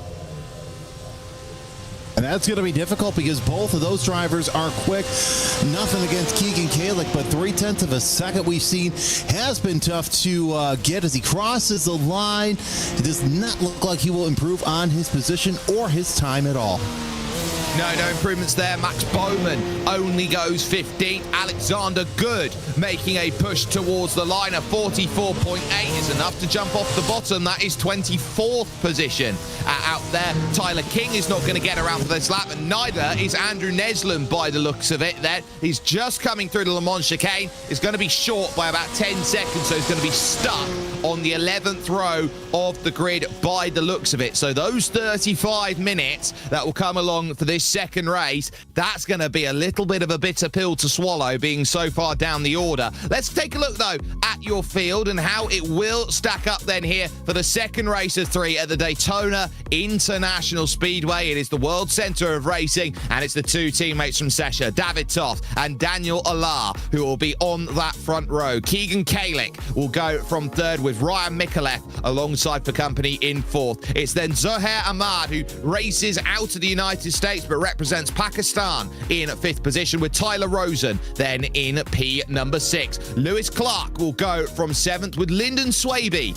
in 8th position. Nathan Deering and Alex Zart will make up the top 10. Your second page is finished off by Micah Mixer and Frank Levick the 4th in 12th place, with Matt Dreyfus and Tyler King on row 7. 15th for Max Bowman, and Nick DeConcini will go from 16th. It's then Ryan Harris and Dalton Brewington in 17th and 18th places, with Gregory Hectus looking for something maybe a little bit less hectic here in 19th, and Sheridan Wade rounding out the top 20. It then follows Brad Wren and Andrew Nesland, with Brock Opperman and Alexander Good, and the last time on the board, Mike Ellis at 2.3 seconds off the pace. Will have work to do to move and Shufty on through the order. We will expect a lot of great driving to come into play as they will now set off for their half a pace lap. But the key we saw early on is that the packs form their representative groups. The moment you step out of line, you lose the train. I think follow the train has to be the biggest takeaway for all of these drivers in race 2. I think that if Kalick wants any sniff of the top 2 steps of the podium, he's going to have to hope that Micallef and Ahmad, as well as Rosen, probably play nice, because I have a feeling at the drop of the ring we're going to see another position where Ola or Toth will just stay down there and they'll start to just break away from the field. It is everybody's then to try and work with here today. They know how critical it is to go out to the very highest level and say, this is what I am critically capable of as far as battling goes. There are no guarantees that the race is going to work the way you want to. Qualifying just gives you the best possible chance of making it work. The Sesha boys at the front will be hoping to keep everybody else at bay behind. But right now, the iRacing Porsche first safety car is about to peel off left. Let's get ourselves ready, and they can coordinate this start here. Can those two drivers? Green flag in the air, and we're underway, and they fall into line perfectly. 1 and 2. Kalik in third. Mikolev happy up there in fourth position, trying to work away around the outside. In through the opening corners, a bit of 3 wide in the middle, but it is a nice clean start as they now look to work themselves through. Mikolev having to yield and lift there, going through the middle. 2 almost conversion to 1. He tries again at the International Horseshoe for third place, and just about will have to scramble here towards the West Horseshoe. Clearance not there. The Shezha Esports teammates, this is exactly what they wanted to see. They want to see that battle for third place, and they're getting it as everybody's starting to go single file heading into that West Horseshoe. Now your top 5, 6, 7, 8 all single file. Got a battle for position here for 12th between Mixer and King, but Matt Drafal trying to keep up to Deering. We got a spinner. It's the 85 of Harris around the West Horseshoe, and he's going to get back underway. We'll see what happened here in the replay, but still nose to tail for position here in the early part of this race for the most part. He's tried to pinch down on Brad Wren, and he's worked out that the great renovation is coming to the left-hand door, sorry, the right-hand door there, and that made it difficult. Matt Drafel at the moment puts himself in the mix. He's 11th right now. He's got to stay with Nathan Deering, who is currently P10. That's Micah Mixer then, who gets that sorted then with the move. But look at the time you lose going side by side. Fantastic drive by Tyler King. Gets the pass sorted. But now here comes Max Bowman. Now Bowman trying to make his way up near the front, but we're seeing the 21 of Bowman going high through NASCAR 3 and 4. That'll be a slowdown penalty for Micah Mixer then, and lap 1 is the worst place to get them. They really are, because you definitely don't want to lose that ground early on. But unfortunately, that means that he's got a battle here. But here's the thing, Jake: what's worse, a slowdown penalty or getting spun? Because I feel like a slowdown penalty, at least you're only losing a handful of positions, whereas you're going to the back for any sort of incident early on. Yeah, it's very difficult. So this is Wren down the inside. He gets fully alongside there, does Brad. So I think Ryan Harris there, maybe a little bit of inexperience going through. That is as tough can be. Cole Tice as well for Andrew Nesland. That is just a complete spin around. We've seen quite a bit of that through turn 7. And then Ryan Harris, I think, again has an issue through turn 1. So double trouble here for Ryan Harris. Yeah, Harris not having a good start to this race, falling all the way back to tail end Charlie, 6 seconds behind Nesland, so hopefully he can get back up towards the front. We saw Panigua, one of those drivers who had an incident in turn 6 of lap 1, able to make his way into the top 20, so it goes to show plenty of racing left to go as we are watching this battle for the 10th spot between Deering and Drafal. 0.2 of a second separate the two drivers. There you see the 23, the red and gray Porsche ahead of, I believe that's going to be gray and gray number 7. Thought that was green for 7. Oh, there's a hint of green there. Nathan Deering is another member of Hyperion Racing. Remember, 3 Hyperion drivers got through the first heat. So for Nathan right now, on the bubble as it stands, Matt Drafel and Tyler King are going to be breathing down his neck. A much different scenario to what we saw in race number 1, where 8th, 9th and 10th basically got themselves away. They're side by side in front of that right now with Zohair Ahmad and Lewis Clark trying to get through. And look at that as well as they go through. That's Swaby a little wide off the road there on the inside against Alex Zart. This for 8th and 9th. These drivers realize they want space. There's a little bit more desperation here in the opening 5 minutes. There really are, especially there in that transfer spot. And if I'm Deering, I'm not looking in my mirrors at all, but I'm watching ahead and really liking what I see between Zart and Swasby to the outside around the West Horseshoe side by side. A little tough to make that work early on, but it's even tougher later on when you get more of the clag or the marbles, what have you, on the high side. Oh, it is really tough when you go to the outside and all that rubber deposits there that we call the marbles. But ultimately, a great pass by Lyndon Swaby through then with Alex Zart and Nathan Deering desperate to get through. Tyler King gets the memo, decides I'm going to bump draft here along NASCAR 1 and 2, knowing that they've got behind them Max Bowman, who's trying to join the party as it goes. And there goes Deering here for a look against Zart. And Zart's going to be on the wrong side of this, but gets to cover the middle of the road. Very difficult between them. Drive off the exit is going to be almost non-existent. And what is the chances here of Matt Dreyfus searching up high, looking for the transfer spot then? And it's covered. It's a half a lane up, making it even tougher. But I think Dreyfus got an even better idea in mind. Why don't we push and then we can force Deering to try and make the move to the outside, follow Deering through, and Alex Zart will be the one who gets freight train. This is super speedway tactics.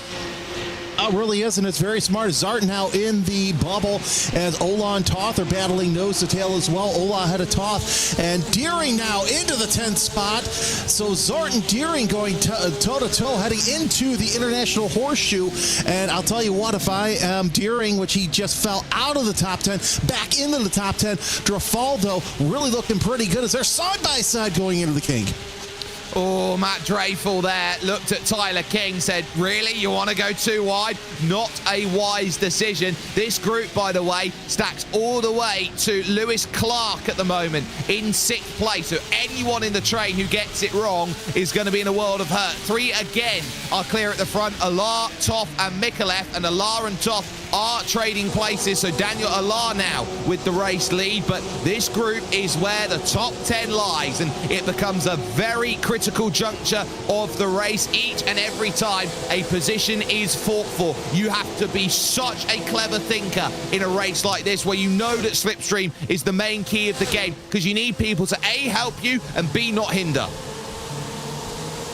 Here's the thing, 28 minutes, still a lot of time left for something to go wrong, so you don't want to make the enemies early on in the race. If you want to stay, if you want to get in the top 10, you might want to do it later, but why do it now as Deering opens up a little bit of a gap there for position. About 0.6 of a second separating the guy. It looks like might have a slowdown penalty right there with the 700 fall. Oh, Matt Dreyfus, not the way you want to do it. Has to go to the back of the line and even further. Still waiting to get that serve. The time just evaporating. And now will fall to Micah Mixer, and only now gets it served as Mixer goes through and he immediately chops back through against Micah there. That was going to be very tough. That was almost like watching a linebacker get by, like Micah Parsons, for example. So that was as tough could get. But Dreyfus holds that position and now has to work to get back to Max Bowman once again. It now puts Tyler King on the cusp of making the top 10. And King still within a safe distance right there, but I would not be surprised to see the 7 and 52 hook up and try and catch up to that pack. It is still doable early on in this race as we got drone footage for looking off the back of this 10th place. King trying to do all he can to get around Deering early on and try and secure a spot. And look, it's possible to do it early on, but still, you want to either bide your time and see what happens, but you don't want that 10th spot to get further ahead as we're looking out of the nose right now of it's going to be the 11 of Tyler King, opening up a little bit bigger gap through NASCAR 1 and 2, and they'll head into the Le Mans chicane where you can easily make some time up. Well, if you give yourself a bit of space, you can go and be really aggressive through the corners, and that's where Tyler King is trying to make that understanding. If I'm aggressive through here, I can follow Nathan Deering, and the more that this splits up over 35 minutes, the easier my job is going to be. Over at the front of the field, though, a 1/10 of a second between Alar and Toth as they run nose to tail, with Ryan Mikulev happy to just tag along there in 3rd position. This is one of those scenarios where where at the end of the day, when you get to Schaumburg and you've qualified yourself in the top 10, there's no such thing as teammates, effectively. It's who can manage what they can to go and make it work. 14, wrong way. Zaher Ahmad is turned the wrong way, and that was contact with Lyndon Swaby, who threw it into the corner. A malfunction at the junction that is turn 1. And Tyler King makes his way up to 9th as well. So Deering still in that bubble with Max Baumann knocking on that back door to try and go in that way. But the front door also really being defended by Deering. Deering trying to get around Tyler King so he's not sitting on that bubble because you don't want to burst. And Swaby, I think, is going to be sitting on a very, very hot seat out there in terms of this race. If he's got a top 10 place by the end, you can see that lunges in. You've got to commit to the turn, but when you're so late to the outside, you've got to make sure you've got yourself at least to the A-pillar side by side. Swaby didn't quite manage that. No, he really didn't, as he's just, you're going to see those moves in the turn 1. It's not that you want to see those, but it's going to happen, and it's all a matter of how it's going to happen. But yeah, Swaby might be on the outside looking in by the time this is all said and done, depending on how kind the stewards look upon that incident.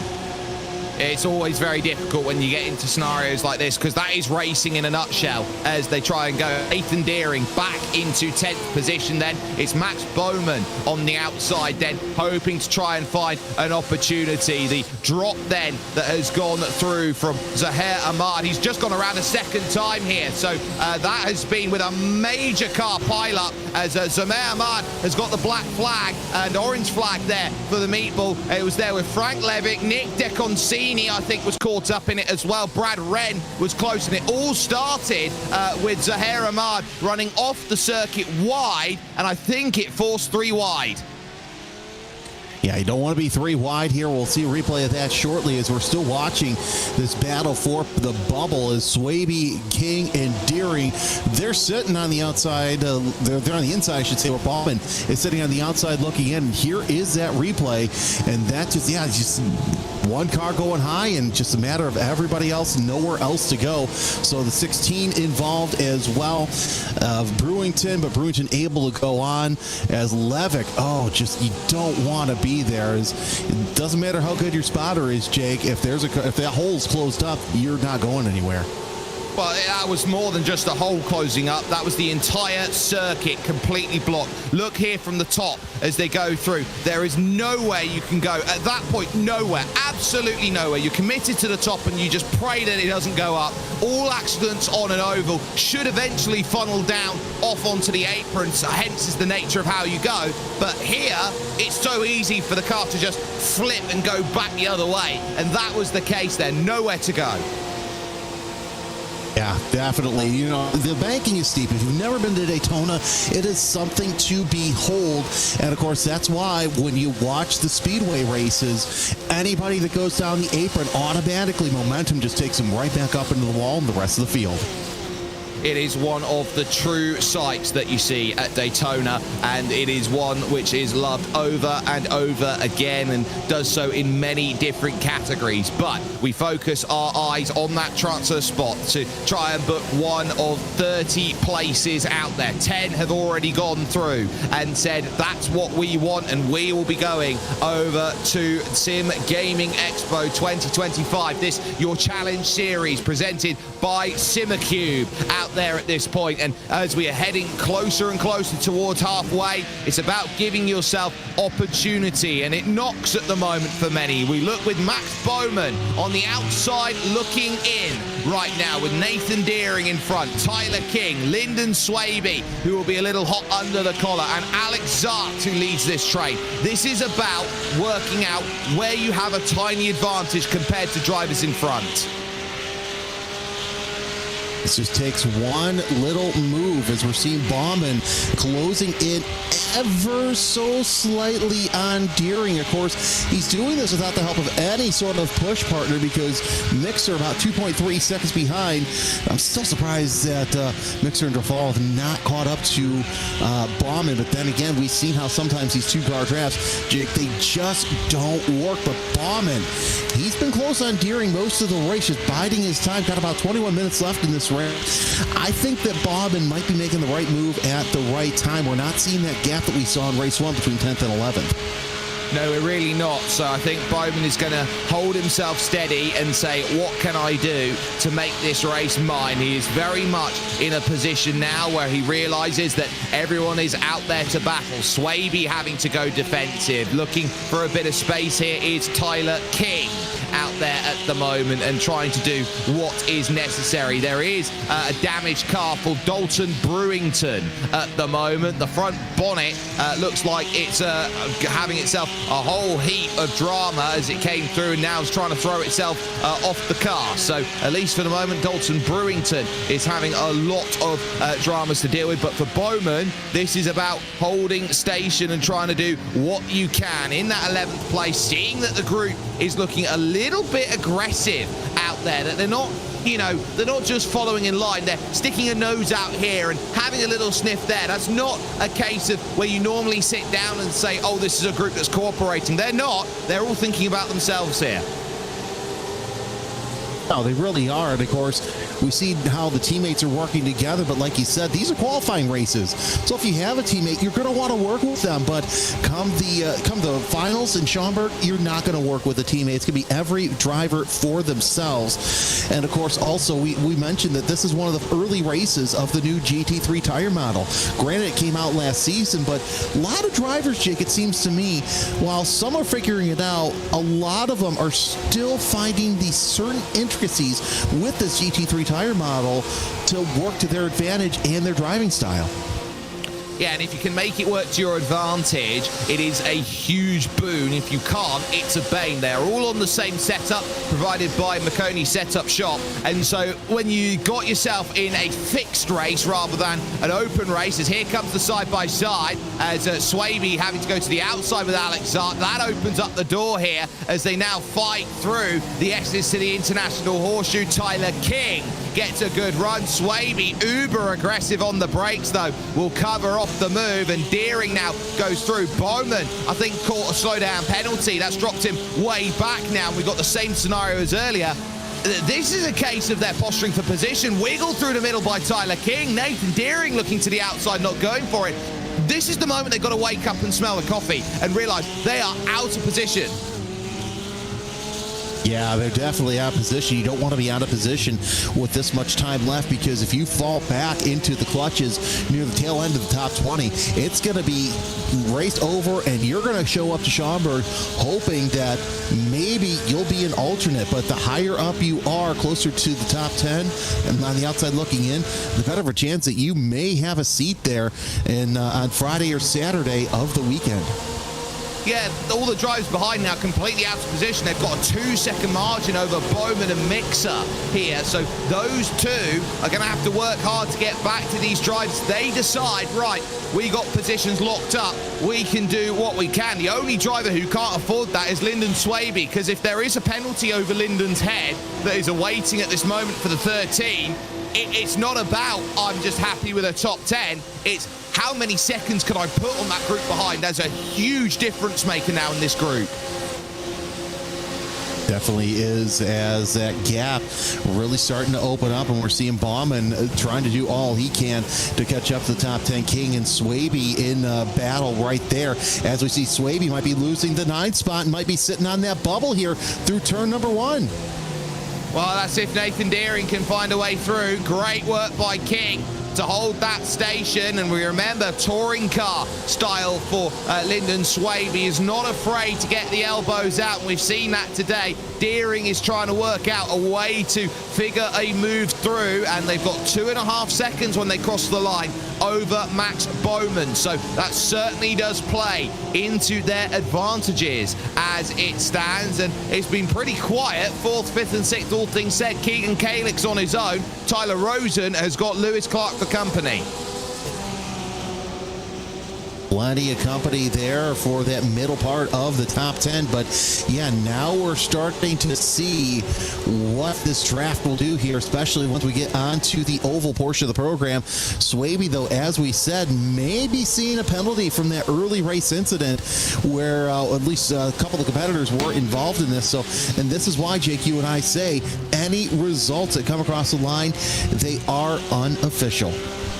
They are provisional results until the stewarding team do go about their due diligence and find the results. And we look there with Nathan Deering, stoic as stoic can be, running through that small flick up into the 6th gear, and you'll feel there in that scenario all of the micro oscillations that come across these laser scan tracks here on iRacing. That means that every lump and bump from when the circuit was scanned, they're right there, and it makes sure that life is incredibly accurate as they go through side by side. Look at the aggressiveness then of Tyler King. He wants places here, and he's trying to work away past Alex Zart. And trying to get further and further away from that bubble. And by the way, Jake, remember how I said, boy, Bauman would benefit from having Mixer there? Well, I guess I spoke too soon, because Mixer and Bauman in lockstep for battle for 11th spot here. But we're still watching Deering trying to do all he can to get off that bubble. That's where he sat most of the day. He doesn't want to pop when the checker flag falls, because he wants a seat in the final races. As we see Zart going heavy on those rumble strips, exiting the West Horseshoe, setting up for turn number 6. The Schaumburg Convention Center is what awaits these drivers if they find a top 10 position. And you can find yourself there as well by purchasing tickets. You can get ready for the ultimate simulation gaming experience. The Sim Gaming Expo is bringing all genres of simulation and gaming technology under one roof. You can join us September 5th to September 7th in Chicagoland at the Schaumburg Convention Center to try out the latest gear from the biggest brands in the industry. Meet your favorite streamers, celebrate your passion for simulation with our incredible community. Don't miss out. You can get your tickets now at simgamingexpo.com. You can be part of simulation gaming history. If you use code Simucube at checkout, you can get 10% off. Now, the charge still there in this group, but they know now they're 7, 8, 9, and 10, and the 11th and 12th are going to have to coordinate to try and get themselves together. It's all about positioning and placement. King again works for the outside, double wiggle through the corner. You're dancing your place every time you go side by side, and that's what Tyler King is weighing up at this point. It's risk versus reward. Tell you what, Zart might want to think about getting an electric fly swatter to really thwart any battle that King has. He's been using the cheap $1 one and able to get away, but I don't think King's going to go away that easy for that 7th spot. Of course, Swaby and Deering able to keep up, but they're also in a battle for that 9th spot for the bubble spot. And this 4-car battle is allowing Bauman and Mixer to catch up. They've cut a half second off of that gap there for the 10th spot. So with 13 minutes left to go, Jake, it's going to be interesting. I think it's going to be anybody's position, anybody's battle, I should say, for that 10th spot. Yeah, it is a who's who of who wants what. When it comes to that top 10, you have got to be eyes on a swivel every single time you are looking around at these drivers. And with Nathan Deering now starting to drop back a couple tenths of a second here, you don't want to start losing the train in front, because Bowman will think about it with Micah Mixer to try and chase this back. They were 3 tenths quicker than the group behind on that last lap. I think Micah Mixer either has got to go to bumping then, or finding a way through. There is the rear of that Porsche 991 GT3R that is there in front, and you can see the amount of work that's done with the rear spoilers, the small fire there from the exhaust with that change of gear up into top gear of 6. And now you're really thinking about, where do you want to be, how do you want to go about this, and is it better for me to be in 11th and chasing rather than 12th and just hanging on to a coattail? Micah Mixer's got to try and work that out. I mean, as they go, it's an 8-second lead for the leading trio at the moment of Alar, Toth, and Mikolev. Jake, I actually talked to Micah, and he's like, look, I mostly do open wheel stuff. This tin top thing, having a roof over my head's foreign, and really, he's showing that he can be versatile, whether it's open cockpit or closed cockpit, because sitting there in 12th place, really with all these drivers around him, that's nothing to sneeze at. But let's see what he does around the tri-oval. It looks like that he is starting to learn that, yeah, you need to get on that bumper. You need to be square on it to get up there in that battle. Of course, now we're back on board with the 52 going into the oval. You see up in the upper left, that is the battle for the bubble up ahead. But interesting to see what Mixer can do here. And also keep in mind, Deering, who's in that bubble spot, he's also one of the main organizers between the Sim Gaming Expo and the Challenge Series. So we'll see how that comes into play, if regardless he gets a permanent spot or not. Well, if you can find permanence, you are going to be in the absolute dream world of going to Schaumburg. But for the moment, perfection is a little bit of a ways away here for Micah Mixer, needing help with Max Bowman, needing help to get to Nathan Deering and co. as they all continue on. I am concerned with Tyler King, who again pushes to the outside of Alex Zart. He's had 3 or 4 goes at trying to make this move happen. This time he works aggressive around the outside. Alex Zart holds the inside line, and they're going to have to work through the S's here over to the International Horseshoe. Zart getting a much better run through 2 and 3 to the outside. A switchback comes into play then from Tyler King. Again, it doesn't work, but Alex Zart right now is defending like a lion. King, the Super Lap X Stays esports driver, knows how to handle the competition in and around the circuit as he goes heavy on the brakes on the outside going into the West Horseshoe. He's going to have Swaby joining him, but nonetheless, it's still nose to tail for 7th on back to 10th, as your interested spectator in 10th is Deering in that bubble spot. Yeah, Nathan Deering wants Hyperion to have a 4th car then over in Schaumburg. That's what is on the stake. And they're not a million miles away. Give them some credit here. They're only 2 seconds off the back of Tyler Rosen and Lewis Clark. So it's a case of if they join that group, the power of 4 compared to the power of 6, suddenly you get into NASCAR circles of, you know, the more cars you have in the train, the easier it is to slipstream.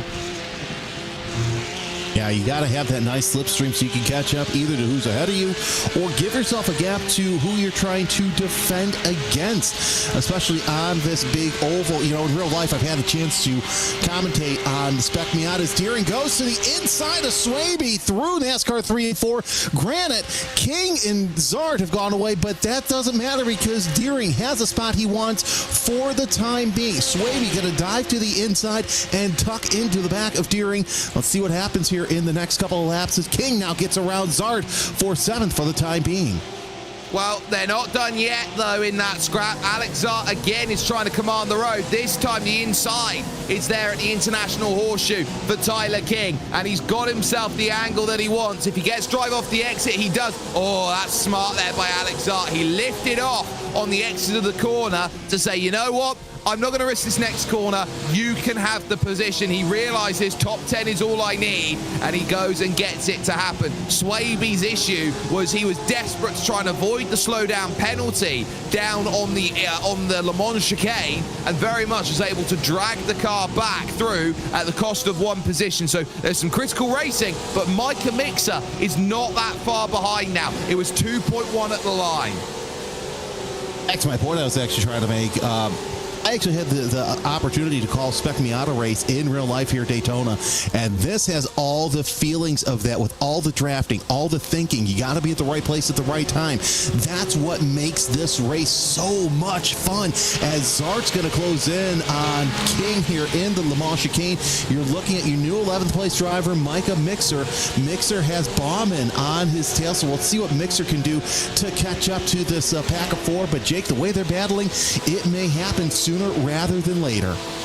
And remember, we're down to just 7 minutes and 15 seconds here in this race. Olar leads, Toth second, and Ryan Mikolev in third position, just 18 years of age, and has worked up a really good following over on Instagram of over 35,000 followers as Ryan with his racing career currently. Another little search to the inside then, and Swaby makes a mistake off the back, and that gives, I would say, a tow rope for Micah Mixer.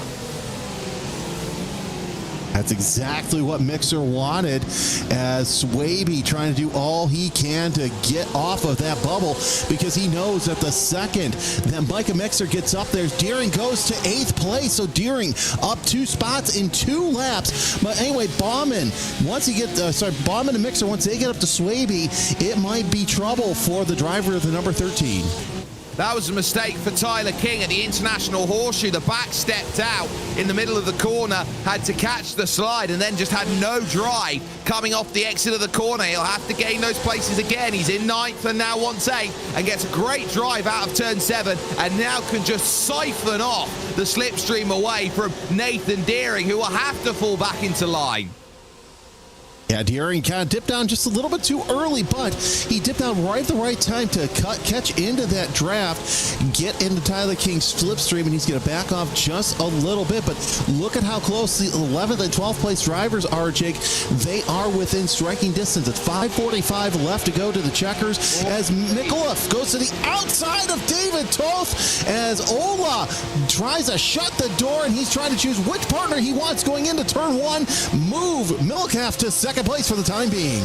It's Ryan Mikolev versus the machine. At this moment, the Sesha drivers now make a Mikolev sandwich with Sesha Esports filling out there at the front. So Toth into third, Mikolev in second, Daniel Olar now still your race leader. But if they're now thinking about chops and changes at the front of the field, you've got it all going on now, because the front of the field's on the top. In your picture-in-picture, you've got Lyndon Swaby in 10th place. Remember, he's on a penalty warning, you would feel, after the incident he had earlier on, and he might even lose his spot in the top 10 on the road if Micah Mixer can find a way through. Here's what's interesting, though. We talked about... what? Micah Mixer, what a lunge. West Horseshoe gets it done. How long will he hold that lunge, as Swaby's going to defend once again? Mixer still holds on to that 10th spot, but here comes the 13. Max Bowman once in, the front has completely gone on the front of Lyndon Swaby. He has taken off the front clip over there with contact to the rear of Micah Mixer, and that will be causing a lot of trouble out there on track. So now it's about focus. We'll take another look at the lunge. Micah Mixer, you see one shot, one opportunity. Look how narrow that is down the inside. It's so inviting of a lunging spot, the West Horseshoe. Always a great passing opportunity if you can get it done.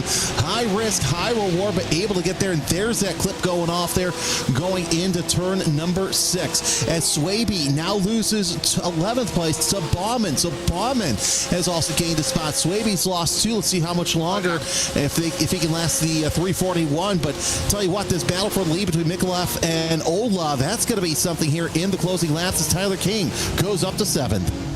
Yeah, Lyndon Swaby with a slowdown, too aggressive on the exit there of the Le Mans chicane, so that will take Swaby out of contention. King working to the inside of the International Horseshoe, and well, that is as regal as it gets of a pass, straight through on Nathan Deering, and now they find themselves right in the mixer, because if Max Bowman can find a way up there, Micah Mixer is going to want to bring himself into play, and we're down to just 3 minutes worth of racing, all to play for at this point. And Daniel Olar, by the way, with 0.6 of a second. I think Ryan Mikolev's trying to give himself a buffer to go and attack a couple laps.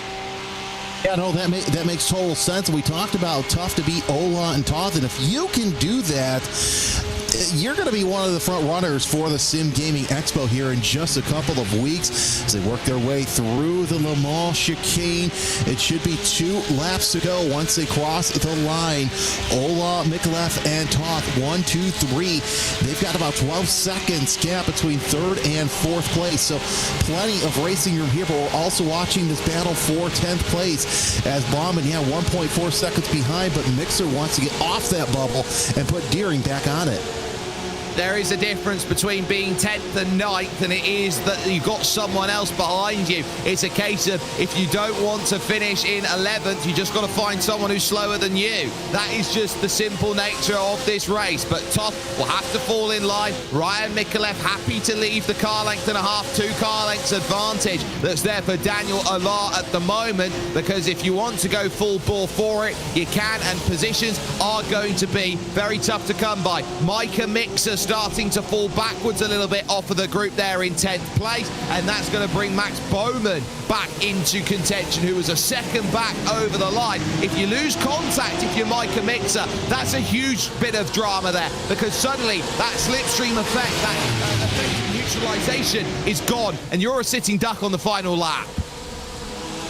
And those questions I wanted to ask you last race when we didn't have time because there's so much great action. Last lap, do you want to be second or do you want to be in the lead? I want to be third. I'm going to throw that curveball. I want to be third. Ooh, I like that. Because you can get a double toe on the final straight, and you've got the biggest slingshot of anybody else. Yes, you've got to position yourself well, but if you can get yourself onto the back close to the driver in second, you've got a great shot of picking up the victory. So I'd love to be third. Nathan Deering, third in the train, is in 9th position and trying to prove what he's got going on right now. Still there, still holding himself steady, working out what you can do. I'm also keeping an eye on second place, where David Toth is trying to work away against Ryan Mikulev with a lap and a bit to go. And that's exactly what Ola really wants to see as Mikulev and Toth still side by side through turn number 1. Mikulev takes the inside launch. He's going to take the lead. Takes the lead over Daniel Ola through turn 1. How long does he keep it going through the International Horseshoe?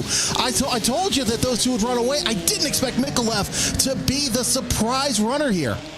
What a mega move from Ryan Mikulev. That came out of nowhere against Daniel Allar, and making that push at turn 1 was a huge effort to make it sorted. Outside line searching at the West Horseshoe isn't going to work. Has Ryan Mikulev found a way to foil both of the Sesha drivers? That could be major in terms of how you work strategy out as this racing progresses over to Schaumburg. Micah Mixer looks safe in that 10th place from Max Bowman, but watch out for any driver who runs into troubles on the final lap. Ryan Mikulev now has himself one chicane to get correct, but Daniel Allar has seen it all before and will look here with a 9,000 I rating here to try and work out whether it's going to be now or later. He deliberately lifts going into the Le Mans chicane, wants a big run off of the exit. It is so shallow coming out to the corners, and Mikulev knows he's just got to hold himself steady.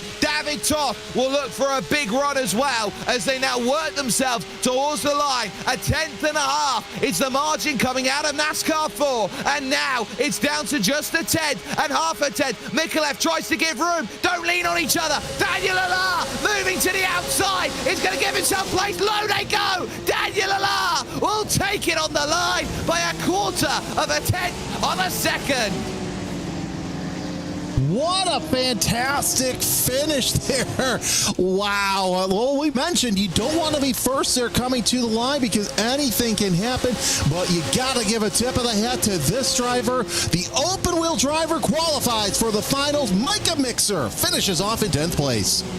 That was brilliant. It may only be a gain of one position, but it's just one position that needed to be found to get into the dance. 10th place will get the job done. There have been some great gainers actually through this field, like Brock Opperman, for example, as the fireworks go off on the backstretch then, who's gone from 23rd all the way to 14th, just eclipsing then Sheridan Wade over the line. So that gives you a lovely understanding of what they have, but Wow, what a finish then to heat number 2, and it all started at turn number 1.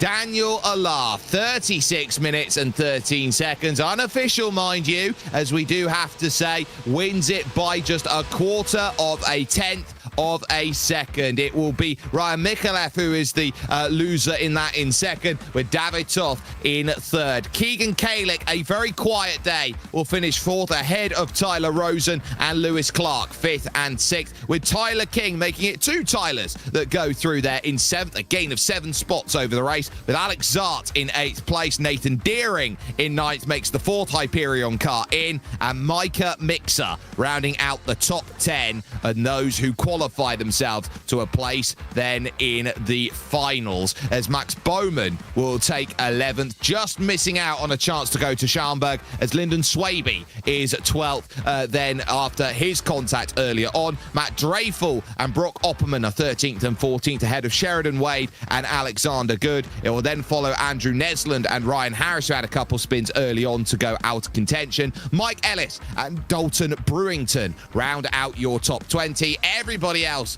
found the retirement bays early. Nick DeConcini, Gregory Hectus, Brad Wren, Frank Levick the 4th, and Zahed Ahmad, the 3 there, getting caught up in the same instant. Ahmad qualifying the car in 5th position overall. Well, we will have the chance to talk to some of our drivers then who came across the line and gave an absolute showcase. Jeremy Scott is going to be stood by with Ryan Micallef.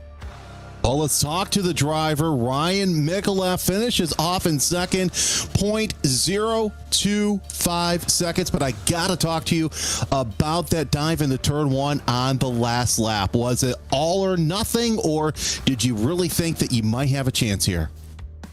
To be honest, mate, it was kind of a last minute thing. I didn't really think about it too much, and he went round my outside, so I was like, oh, I've just got to go for it. So I sent it. And to be fair, they was moaning about it on voice chat. However, I think it was pretty clean. Like, I didn't hit anyone. I made the apex. So I don't know what there is to really moan about, but it was a very good race between all of us 3. I was going to say, that was fantastic. Of course, we talked in the pre-race show. It's going to be tough to beat Ola and Toth. You almost beat both of them. Take us through the race. We know that early on, the 2 ended up leading up front, but you were able to catch up with them right around the 25-30 minute mark to go. Yeah, mate, it was all right. So for the first half of the race, obviously I had to get into P3, and I thought he was going to keep his nose in through the fast left, but he backed out. And then it was quite easy going for the whole race, just saving tyres, hitting our marks, not getting off tracks, etc. And then I had a little tiny slide, and then my tyres just died for like a lap. But I managed to get them back going, caught them back up, and then that's when I was like, all right, so we're going to try and do this. And I went in, and then that was it, yeah, literally. We talk about the voice chat. Next time you guys race together, you won't have the benefit of racing by yourself. You'll be able to yell at whoever, but nonetheless, Schaumburg, what are you looking forward to most about this? Mate, it'll be my second time in America. It's just me and Matt going over. So Matt is one of my best friends who won Split 1. So it's going to be a nice little boys trip to Chicago. And also we're going to be competing on the main stage. Obviously a lot going on there, so looking like it's going to be a very good event. Going to meet a load of new people, and it's going to be just a great weekend in general, mate. I'll have to shake your hand once I see you down there, Ryan Micallef, your second place finisher. What a race. Congratulations. Lovely. Cheers, boys. A wonderful bit of driving then from Ryan Micallef. Got the job done absolutely perfectly. Looks like a Story Thunder a little bit there, Jeremy, but race 2, I think you're now starting to see what makes this so special. You got friends who are going together like Caruana and Micallef. You got Alar and Toth who have both booked their place. And then you got the 4 Hyperion drivers. Even though we talk about this being an individual championship that you look at here as we work through the Challenger Series here presented by Simucube, it's clear that the teams want results, and the friendship as well is going to certainly help towards it. It really will, and that really helps out because, yeah, in this race, you're able to use team tactics to get up front, and I have a feeling that that's not going to work out here in just a couple of weeks. But man, we've just gotten so lucky. I mean, first race you had some great battles in the middle of the pack, but like I said, I think whoever was in races 2 and 3 saw what happened in race 1, thought, okay, this is how it's going to play out, and that's why race 2 is so good. Jake, I have a feeling that race 3 is going to be absolutely a banger.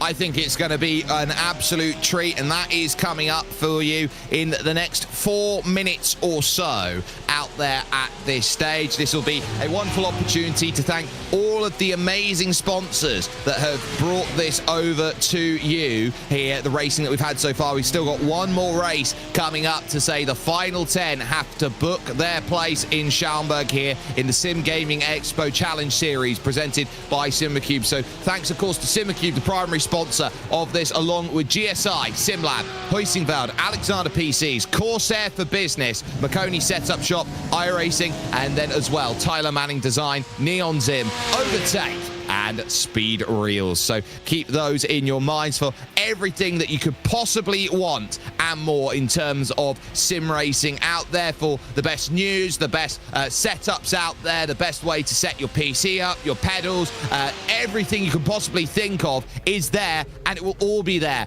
at the Sim Gaming Expo. It is one of those things that when you go to an expo for sim racing, it's like being let into a candy shop and your eyes just bug wide as you look at just how much amazing things can be generated and can be found with great sim racing.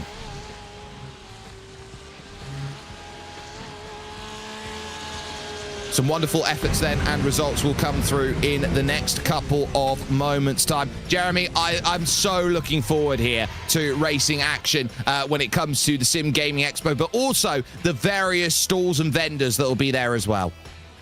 Yeah, I'm really excited to see what comes about, because here's the thing. It's not just iRacing and racing sim. You're going to have train sims there. You're going to have flight sims there. So that's going to pique my high speed, high danger risk right there. And I cannot wait to see what happens and how this all plays out. Again, a first of its kind expo here in the United States and really in North America. And if you don't have your tickets, if you're anywhere in the Midwest or want to travel somewhere in September, Chicago's a great place to be. So that's always fun to do. Really, Schaumburg is about 20-30 minutes northwest of Chicago, depending on how you deal with traffic. You can still take public transportation from any of the airports or really into the city. So there's a lot of things to do in and around the expo and outside of the expo as well. And I think I did see that a couple of the competitors have mentioned they might be going to one of the sim gaming places. We have a couple of those here in Chicago. So it doesn't surprise me that sim racers are going to go to a place where they can sim race against each other in person as well on land. They absolutely can, and it goes to show you just how amazing it is that if you can't get enough of it with just one competition, they'll go and find somewhere to have even more races. Ultimately, you're only as good as your last race, and if you want to be top dog, that is the key as you go about it. Now, you can still book your place over at Sim Gaming Expo, and you can get ready by doing so and buying tickets by getting ready for the ultimate simulation gaming experience. The Sim Gaming Expo is bringing all genres of simulation and gaming technology under one roof. You can join us September 5th to September 7th in Chicagoland at the Schaumburg Convention Center to try out the latest gear from the biggest brands in the industry. You can meet your favorite streamers. You can celebrate your passion for simulation with our incredible community. Don't miss out. Get your tickets now at simgamingexpo.com and be a part of simulation gaming history. We're just 25 seconds from the start of qualifying here in race 3, and there is always an element of a rush when the final race comes to play here, Jeremy. These are the last tickets in town, 10 places to be decided, and there will be 15 drivers who will go home and just hope that some drivers can't make it. Yeah, they will, though. But you know what? That's less that they have to worry about during the Expo. And I'm seeing a lot of fast drivers in this split as well. You've got the likes of Philip Kraus, Floyd Kerr, Bradley Sexton is in this heat as well. You've also got Daniel Mills, Mate Vargas. So what we saw in race 2, I think is going to be ramped up even more here for race number 3. Yeah, seeing drivers like Mate Varga, for example, will be another driver that hits the names of Sesha that will be looking for 3 that book their places. Floyd Kerr of Hyperion will be looking for a 5th Hyperion car to go and make it through. This is all about who can stand up and say what they can be all about. And when you're looking around at Philip Kraus, that's going to be everything that you look for and then some. Robert Ridgway as well is interesting as a driver. I've seen him a bit in the iRacing Grand Prix World Tour, making some good progress. So keep an eye out on him to try and work a way through. But it's something to say when you can do open wheel, but we are in a closed cockpit right now with GT3 spec out there as qualifying gets underway. Now, GT3 is the most populous car category to go and drive in iRacing, and I think as you go about and try and work into what makes it so good, it's the level of competitiveness that you can get pretty much with every race. It's pliable, it's got a very good difficulty curve with it, but critically, it allows you to play a little bit as you go into the corners. It allows you a little bit of an extra something to say, you know what, if I push a little bit harder, the car can take it and I can hold a slide a little bit. And you see that it works well because you see a lot of these drivers who are very good in GT3 here in the sim. They can transfer that over to GT3 in real life because you see everyone from all walks of life get in there, and they're usually pretty fast. So no surprise that this is one of the most populous I would say formulas within the game, as we're watching the 17 of Robert Ridgway right now go out for his warm-up lap. Well, again, it is a 10-minute qualifying session. You get 4 chances at your best time, so we'll see what Ridgway can do here on the current courses. He's the first one to set a time.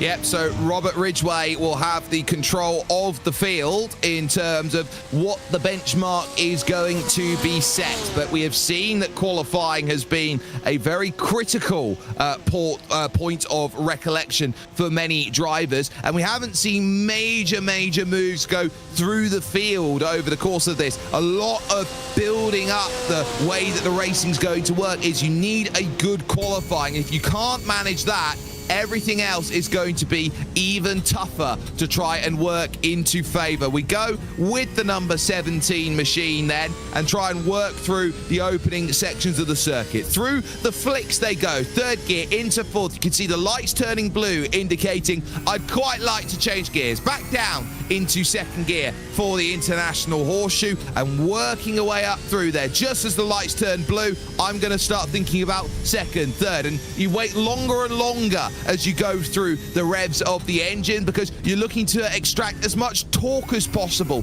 there. Get right into the higher revs, make the engine work. And you want that engine to work. You don't want to kill too much of engine power around the corners, even though this is a higher, it's not necessarily a momentum car like you see your lower displacement cars, but still, you want to make sure that you're keeping enough power in the motor to make your way around the corner. Of course, that's why these cars have dive planes as well, for aerodynamics, as Ridgway making his way through NASCAR 1 and 2 on his first of 4 flying laps. You only get 4, and if you get one wrong, you're going to need a bit of help to go through. 3 drivers then in the field are working with spotters, and those will be Jeffrey Gallagher, the likes of John Miller III and J.R. Robinson, all getting help then for this final race. But Ridgway then making that progress then out of NASCAR Turn 4 from 31 degrees of banking. You hit the tri-oval, you get 18 degrees here, working over and looking to try and launch, and across the line, it's a 44.2 that sets the pace for everyone else. Chris Davis jumps up ahead, and there is Michael Pico then looking to charge in the number 42 machine. Crosses the line, but that first lap didn't count. There you go. Now you're down to 3 laps that you need to get faster. And of course, it just takes a 0x to invalidate any time. And as we mentioned, Jake, you can just scrape a wing end plate up against the wall, and that will cause the 0x, I should say, definitely gating the time. You might see some drivers, though, dip down below the double yellow line here at the end of their qualifying lap to kind of pick up a little bit of speed, get a little bit of less time, but you won't be able to do that during the race, as that is verboten for any sort of move. We're on board with Jeffrey Gallego as he's got a 45.5. That right now is good enough for 16th, as most drivers have not made a time. No, and a very interesting setup that you see there, going with the sim rig and then the laptop alongside. You don't often get to see that. Oh, you don't, and that's actually utilizing a lot, because what if that laptop is being used for for Discord, and then have the regular computer for the game. That way you don't have to worry about sucking any more memory than you have to. I wonder whether that could be for telemetry, for example. So I've seen that's a good point. Certain drivers out there that have decided to use a second system, so it gives them an understanding of what they're doing with the car and gives them all of that live feed of, okay, I could do this a little bit better, I could do that a little bit better. That might be what we're seeing. Mate Varga, by the way, fastest car at the moment on a 43.5. Floyd Kerr second, but Davis and Ridgway both find improvements out there. Christian Wiggins goes fourth quickest for the moment. Floyd Kerr to the top then on a 43.247. Eclipses Mate Varga by 13 thousandths of a second. Avery Hart is currently in third place right now. We focus with Gallego heading towards the line, and will this be enough to jump up the order? Remember, top 10 is the best place to be. Currently down on a 45.5 in 21st. That's a 44.5. That's 4 places. That is the 4 places so far, as really, look at the gap, though, between Davis and Wiggins, 0.000. So both of them run a 43.897. The fact you can do that on a 3.5-mile course is pretty good. There is your defending iRacing Indianapolis 500 champion. It's the number 19 of Philip Kraus. He's been known in the open wheel circuits as somebody who's been fast, but let's see what he can do here in what you guys call the tin tops, the sports cars, Porsche GT3s. He's run some fast Sector 1, Sector 2 times. Coming across the line, the number 19 of Philip Kraus, 43.840. That is good enough for 4th fastest. Look, that gets the job done and is very tidy in terms of the way that's been sorted. Mate Varga up on the high side of the circuit, I think, is gearing up for one big flying lap. And, of course, Philip Kraus having that wonderful race against the likes of Jason Brophy and as well Robert, no, it wasn't Robert Malechka the third then, but he was in the mix with it as Kraus now down to 5th because Robert Ridgway has moved up to 4th position. Mate Varga with one last attempt. That was possibly a cool lap, so to speak, before we get this aggressive final lap that now brings itself into fruition. It's all about giving the tyres enough opportunity to cool and cure to have one final go with the temperatures. Yeah, if you can get the tires cooled off just a little bit before your final flyer, that could mean the difference between a pole and sitting further back in the field. On board with Varga sitting in second, 0.013 seconds separates that time from Kurz for the front row, as those two right now, your provisional front row sitters, with Kerr running a 43.247 around turn 6. The sector time, 43.866. Jake, that's one of the fastest Sector 1 times. This is setting up for a really good flyer. Let's see what he does through Sector 2. Well, the big key is the one final braking zone then, because it's flat out through this section. There's not many places you can gain or lose time. It's all about, can you make it work for the chicane? And that's what Mate Varga is trying to get at, knowing that there's just 13 thousandths between him and Floyd Kerr, and Floyd has done a brilliant job so far, and Floyd, of course, will have the chance to respond to anything that Mate Varga has been able to do. Charging about then through NASCAR 3 and 4, looking all the way down to the inside. Your head will want to throw your eyesight over up top because of the banking, and you look at the catch fence that leans on over. Mate Varga over the Geico start zone, heads to the line, 43 flat. to say that's good enough. Floyd Kerr's got no response. Christian Wiggins goes third quickest, and Philip Kraus, I think, might be out of opportunities to improve either. Edgara Staupus will move up into 6th position. Bradley Sexton is up into 7th, and you're really getting an understanding of where everyone goes. Eric Nixon looking for times as well, and said a big shout out to Mom for allowing me the chance to go to Sim Gaming Expo. Jeffrey Gallagher looking to move into the top 10, currently 12th, 43.8. That is good enough for 10th and 10th only. Still not bad. Yeah, Kraus got a late start, so this may be end of the line for him if he can get through the Le Mans Chicane fastest. J.R. Robinson across the line for his final attempt. Jim Herrick in 23rd right now, 0.2 of a second off of 22nd. What does he do? 44.577. So that is a good time out of him, as we have 1 second left, and that will do it for qualifying for the third and final qualifying race of the Sim Gaming Expo Challenge Series presented by Simucube. And it will mean now that pole position is with Mate Varga. It seems like the Hungarians have come to play today. Floyd Kerr is alongside on that front row with Avery Hart in 3rd and Christian Wiggins in 4th position. Philip Kraus, your iRacing Indy 500 Open champion, goes from 5th, with Edgara Staupus then from Lithuania in 6th position. Bradley Sexton and Robert Ridgway make up row 4, and the top 10 rounded out by Chris Davis and Jeffrey Gallagher, then representing Colombia. You've got Chris Stouffer and Daniel Mills 11th and 12th positions out there, with John Miller III in 13th, along with Anthony Jenkins then in P14. Nicholas Patterson and Michael Pico make up the 8th row of the grid, with Andre Bunda then in 17th and Corey Nesbitt making up 18. Your top 20 is rounded out by Trevor Huff and Josh Adam, a battle of the light blues out there, as Dave Durr and Nick Della Rosa will go from 21st and 22nd. Jim Herrick and Eric Nixon will be 23rd and 24th, and no time set, or actually a time set, sorry, by J.R. Robinson then on a 1:46.3. Brandon Potts will be a non-starter then to this race. So as it goes, they are all sitting themselves down and getting themselves ready. It's all about Mate Varga on the front. We take a look then at some of our drivers. There's Jeffrey Gallagher, who is there, and everybody now is in that nervous stage of waiting, and that is a wedding plan back there. And I take great respect to someone who's got a wedding plan up on their wall, because I get married next week.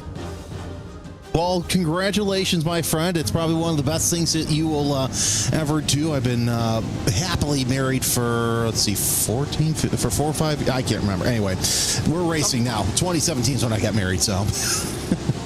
Sometimes I believe you're counting up. You're heading to a decade in a couple years, mate. So that's certainly a long time to go, but we're going to get ourselves ready then for racing action. There is no time to wait. There are no more opportunities after this. We said 75 drivers would enter and 30 would leave. 50 have already entered, and we've got 20 sorted. So can the final 15 drivers get themselves, final 25 drivers get themselves what they need to be one of 10 out there to book their place? The iRacing Porsche First Safety Car gives them every understanding of what they need to do. Mate Varga in control. Floyd Kerr is there along for company. It's then Avery Hart and Christian Wiggins who will be eyeing up the next places. Pace car will move over to the left, right-hand side of screen. And now the pace, they will wait for the start zone to get things sorted. Mate Varga with control, launches with the green flag, and we are underway for the final time tonight here at Daytona.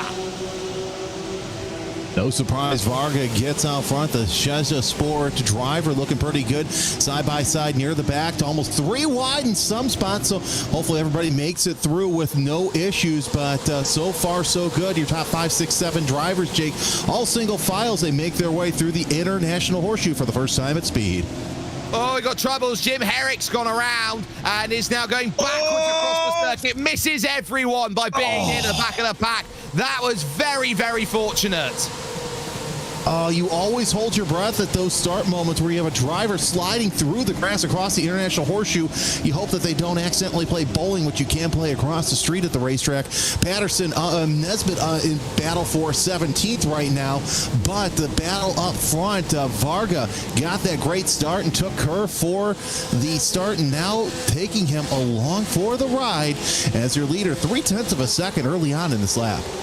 Yeah, 4 are clears. A bit of a gap. Oh, and trouble's up at the back of the field there. That's the number 10 car getting caught up. That's Andre Bunda, who's there. Wrong place, wrong time. Just entering onto the oval there. So that was difficult. Just caught himself between gears, I think. And then one car ended up at the top. That was Nicholas Patterson, who just about avoided it. Tried to go up high and chose wrong. But dramatic, to say the least. On the start of this race, we've got another car in the wall, and that's Nick De La Rosa. A lot of mayhem already in this first part of the race, more than we see, but battle for the lead right now. Kerr's trying to get around Vargas. So far, so good, as Kerr gets the nose out front, but how long will that happen? Actually, it'll happen a lot right now. As Kerr, your first lap leader, lost the lead early on, but still able to get back up as we finish lap number 1. Hart and Kraus, though, coming along as they're being strung through 1 and 2. Floyd Kerr, then your leader. Mate Vargas second. Avery Hart in third. And Philip Kraus in fourth. Edgara Stalpus is the one who needs to give chase. And we take another look. Just grab the grass going through the S's and then having to take the rallycross section, going backwards. Oh, and you always pray that everyone clears the corner. They did. This is Andre Bunda. And yet again, between gears, it's very difficult when you're rotating the car and you decide to have that micro disengagement of the gearbox as you go through. Oh, and that's a heavy hit for De La Rosa. Oh, yeah, that's part of the reason why they fully paved that runoff there in real life over there at Daytona for the Le Mans chicane. And something that just came to mind, all 3 race starts, we have had at least 1 spin in turn number 6. So for those who are in the finals, that's something to think about here at as we go through the Sim Gaming Expo. Yeah, if you're going to have troubles, cold tyres, turn 6 is the place where you're going to find all of the dramas. Top 10 currently is Christopher. Right now, the car we're focusing on here on screen is the one on the outside looking in. Car number 11, P number 11. John Miller III is looking for any which way to jump towards Christopher and find a way through. A look from Jeffrey Gallagher's perspective in 12th place then, and behind him, Daniel Mills working to try and get a way forward, but for the moment it looks like it's about a bump along the stretch because we got to stay with the group in front. Yeah, Mills trying to get Gallagher to really close in that gap. It's still early on, but already a 0.4 of a second gap as Mills gets around Gallagher 4.11. So Mills already a man on a mission.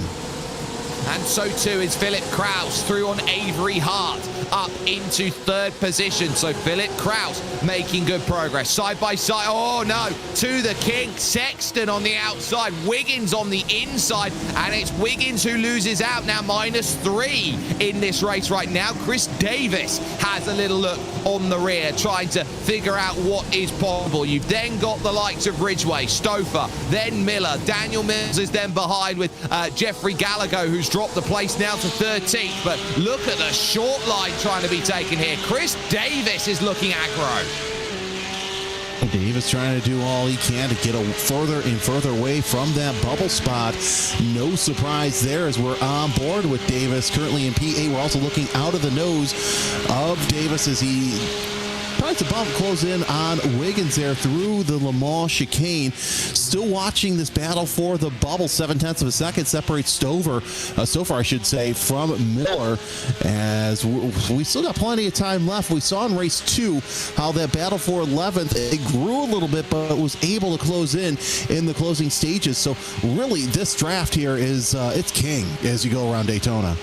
Yeah, it is paramount to have, and if you don't have it, then you are one without, and there is nothing you can do otherwise to get yourself into position as they scrap about. Robert Ridgway having a little bit of a search against Chris Davis, thinking about it again, going into turn one once more and not quite managing to find the angle that works. And so you get this massive string of an accordion. It goes out and it concertinas back up. It closes back in when you hit the braking zone.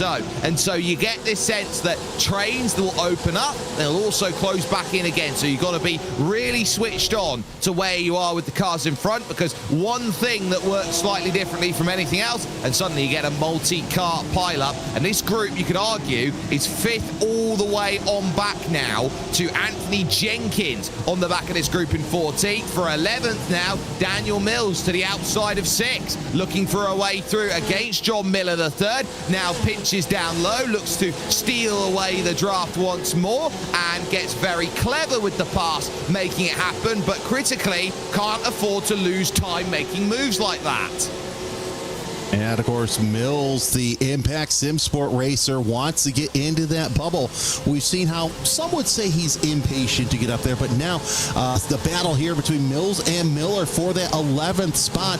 They really can't be going on like this and battling too much, Jake, because they've already lost several car lengths to Stouffer, your two-time fixed Indy 500 champ, multi-time champion across all sorts of IndyCar series. So Stouffer knows how to work the draft, no surprise here, and that's why already that gap from 10th to 11th has grown to 1.3 seconds. It has, and now it's about run away, because you get small groups that start to form and everyone's got to play. Gallagher thought about going up high, can't go back low, because behind that was Anthony Jenkins down there on the bottom. That could have been a big incident along the tri-oval across the finish line. Jenkins to the inside, you'll see him on the left. Thank you very much, I'll take that. And Jeffrey Gallagher will lose out the position. Always dangerous when you pop out of line, because what happens when you have to fall back in it? Exactly. You got to make sure that that opening is there for you, or else lose 2, 3, even sometimes 4 positions, depending on how big your group is. Still watching this battle with Miller, Jenkins, and Gallagher. Also sitting back there nice and patiently is Nesbitt. Well, Nesbitt's a little bit further away, so this is the battle for 11th on back to 14th. These drivers really need to start thinking about hooking up, or else 10th on up. Really going to open up, though. The gap now still 1.2, 1.3 seconds. It's just on the cusp here for Daniel Mills against Chris Stouffer at this point, but for the moment we take a look then with Anthony Jenkins. This is a driver's eyes view of how you have to go and make this work. It's very, very difficult out there. Looked a little bit to the inside, realized there's no point making the move down the inside. It will just cost us both time. It's better to just hold station and then get the drive out to the exit, attack through NASCAR 3 and 4 and make something work out there in this race. They are now thinking about the group starting to splinter out. Christian Wiggins still under threat right now from Chris Davis, for example, but this is about just giving yourself time to breathe. They don't get much in 35 minutes. It feels like an eternity when you're in behind the wheel, but you know, you can blink and you can lose 10 minutes. And Jake, you and I have been calling races across the platform for a good part of the season, across all different disciplines, and everybody thinks, oh, this is just a young person's game. I've got to say this, John Miller, he's 53 years old, racing iRacing for 9 years. So it does not matter how old you are. This game is for everybody. And heck, even, you and I at some point have commentated on a series that's specifically for drivers 60 and over. So if you run an iRacing, the car in the game doesn't matter how old you are, just matters how well you race. Absolutely. This is a racing platform for everybody out there, for racing aficionados. This is not just for the gamers, so to speak. This is for everyone, and it goes to show as well that you see so many drivers use this as a reference tool, iRacing, for when they go out there and do all their racing. I'm always drawn to the story of Max Verstappen and Akshay Kirkov, who are practicing for racing action in Max's first season for Spa. They did lap after lap after lap at the circuit of Spa-Francorchamps, side by side practicing the moves, and then in his first season he had a chance with Max Verstappen to go and make a move around the outside of Blanchimont, and he did it, and everybody was so surprised to see the commitment and bravery there. iRacing is fantastic as a tool to help you get to that next level. It really is, and also been watching this battle for the lead between Kerr and Varga really heating up as well, as we're keeping a close eye on this battle for the try and get in the transfer spot between Mills, Miller, Jenkins, and Gallego. They're now about 1.5 seconds behind of that bubble spot of the Nia Christopher, as you see the different lines and drivers trying to make it 3 wide near the back. Ooh, Miller, Jenkins, and Gallego almost made it 3 wide into 1. Very not advised, because you got that concrete wall to your left once you exit turn 1. Yes, it is very much a case of hitting the pit wall on the inside is going to do you no favors out there. Daniel Mills, by the way, took 3/10 off of Christopher on that last lap, as Gallego sits in the middle of this group and continues to keep himself close. Now, looking to the outside, trying to pivot and find a line at the West Horseshoe. Never a full guarantee that you can get it done, but now you're thinking about, okay, where next off of the exit? Closing again, but not quite there. Meanwhile, at the front of the field, they've built a gap of about 4 seconds now. Floyd Kerr, Mate Varga, and Philip Kraus on the back in 3rd place. And Kraus knows a little thing or two about being 3rd on the final lap of a race and finding the race victory. Yeah, Kraus being the interested spectator in this battle right here. So no surprise that you see 3 of the top drivers who really we thought would be up near the front doing quite well. Avery Hart, though, about 4 seconds behind this battle. And watching on screen right now as they work their way around NASCAR 3 and 4. Just under 23 minutes left to go in this race, so plenty of racing action left to go, as Varga just glued onto that back bumper Kerr. Let's see what Kerr does here to defend for that battle for the lead and take a little bit tighter line. I mean, little, just about a half car width tighter line than Varga does, but Kraus going just as wide as we got this battle down place. Davis gets around Wiggins. How long will he keep it? Well, he's going to understeer through the middle of the corner, so it's complete, and that's going to bring Robert Ridgway into play as well. So Chris Davis on the inside has the international horseshoe to work with, and look at that, very wise driving there by Christian Wiggins. But look at what that does. It opens up the door for Robert Ridgway, who goes, yoink, I'm taking that one. There's nothing you can do about it. Wiggins here is trying to play the game at this point, and he has not 1 but 2 pieces of contact from Christopher. Now he's on the bubble.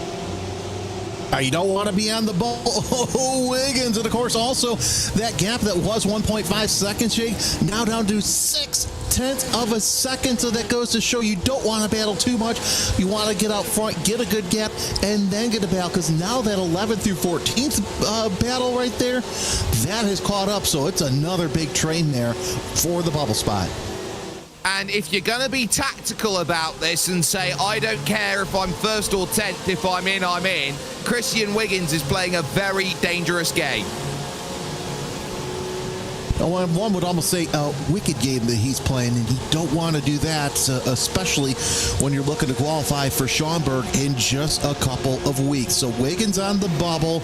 We'll see what happens here as we're watching John Miller and Daniel Mills closing in on the number 13 as they work their way onto the tri-oval portion of the racetrack. And unfortunately, Wiggins losing gap to Stouffer, Ridgway, and Davis, as, yeah, this is just not good news. A battle for 10th heats up. Here comes Mills on the inside, takes that transfer position for the time being. Jenkins also goes up to 12th in that battle. Yep, so Anthony Jenkins makes good progress, and he's not done with it. John Miller throws it straight back down the inside, and you're now getting that aggressive factor, knowing no tickets left out here in 11th, 12th, 13thville. You've got to get up to 10thville if you want to try and make it work. Daniel Mills past Christian Wiggins and up into place, and there's contact behind, a push through the middle of the corner. John Miller just getting the clearance against Anthony Jenkins then as they went on by. This is getting really spicy right now, just outside your transfer. This is exactly what you want to see for the transfer. You want to see battles left and right as we're watching so many great tight battles here. Jenkins in 13th trying to get ahead of John Miller. That's a proverbial cork in the bottle. Once that gets popped, I think that Jenkins and Gallego might be trying to get up there. As here comes Jenkins to the inside of Miller, side by side into the Le Mans chicane. Also Gallego trying to look to the outside, not going to make anything happen, and that is exactly what Jenkins wanted.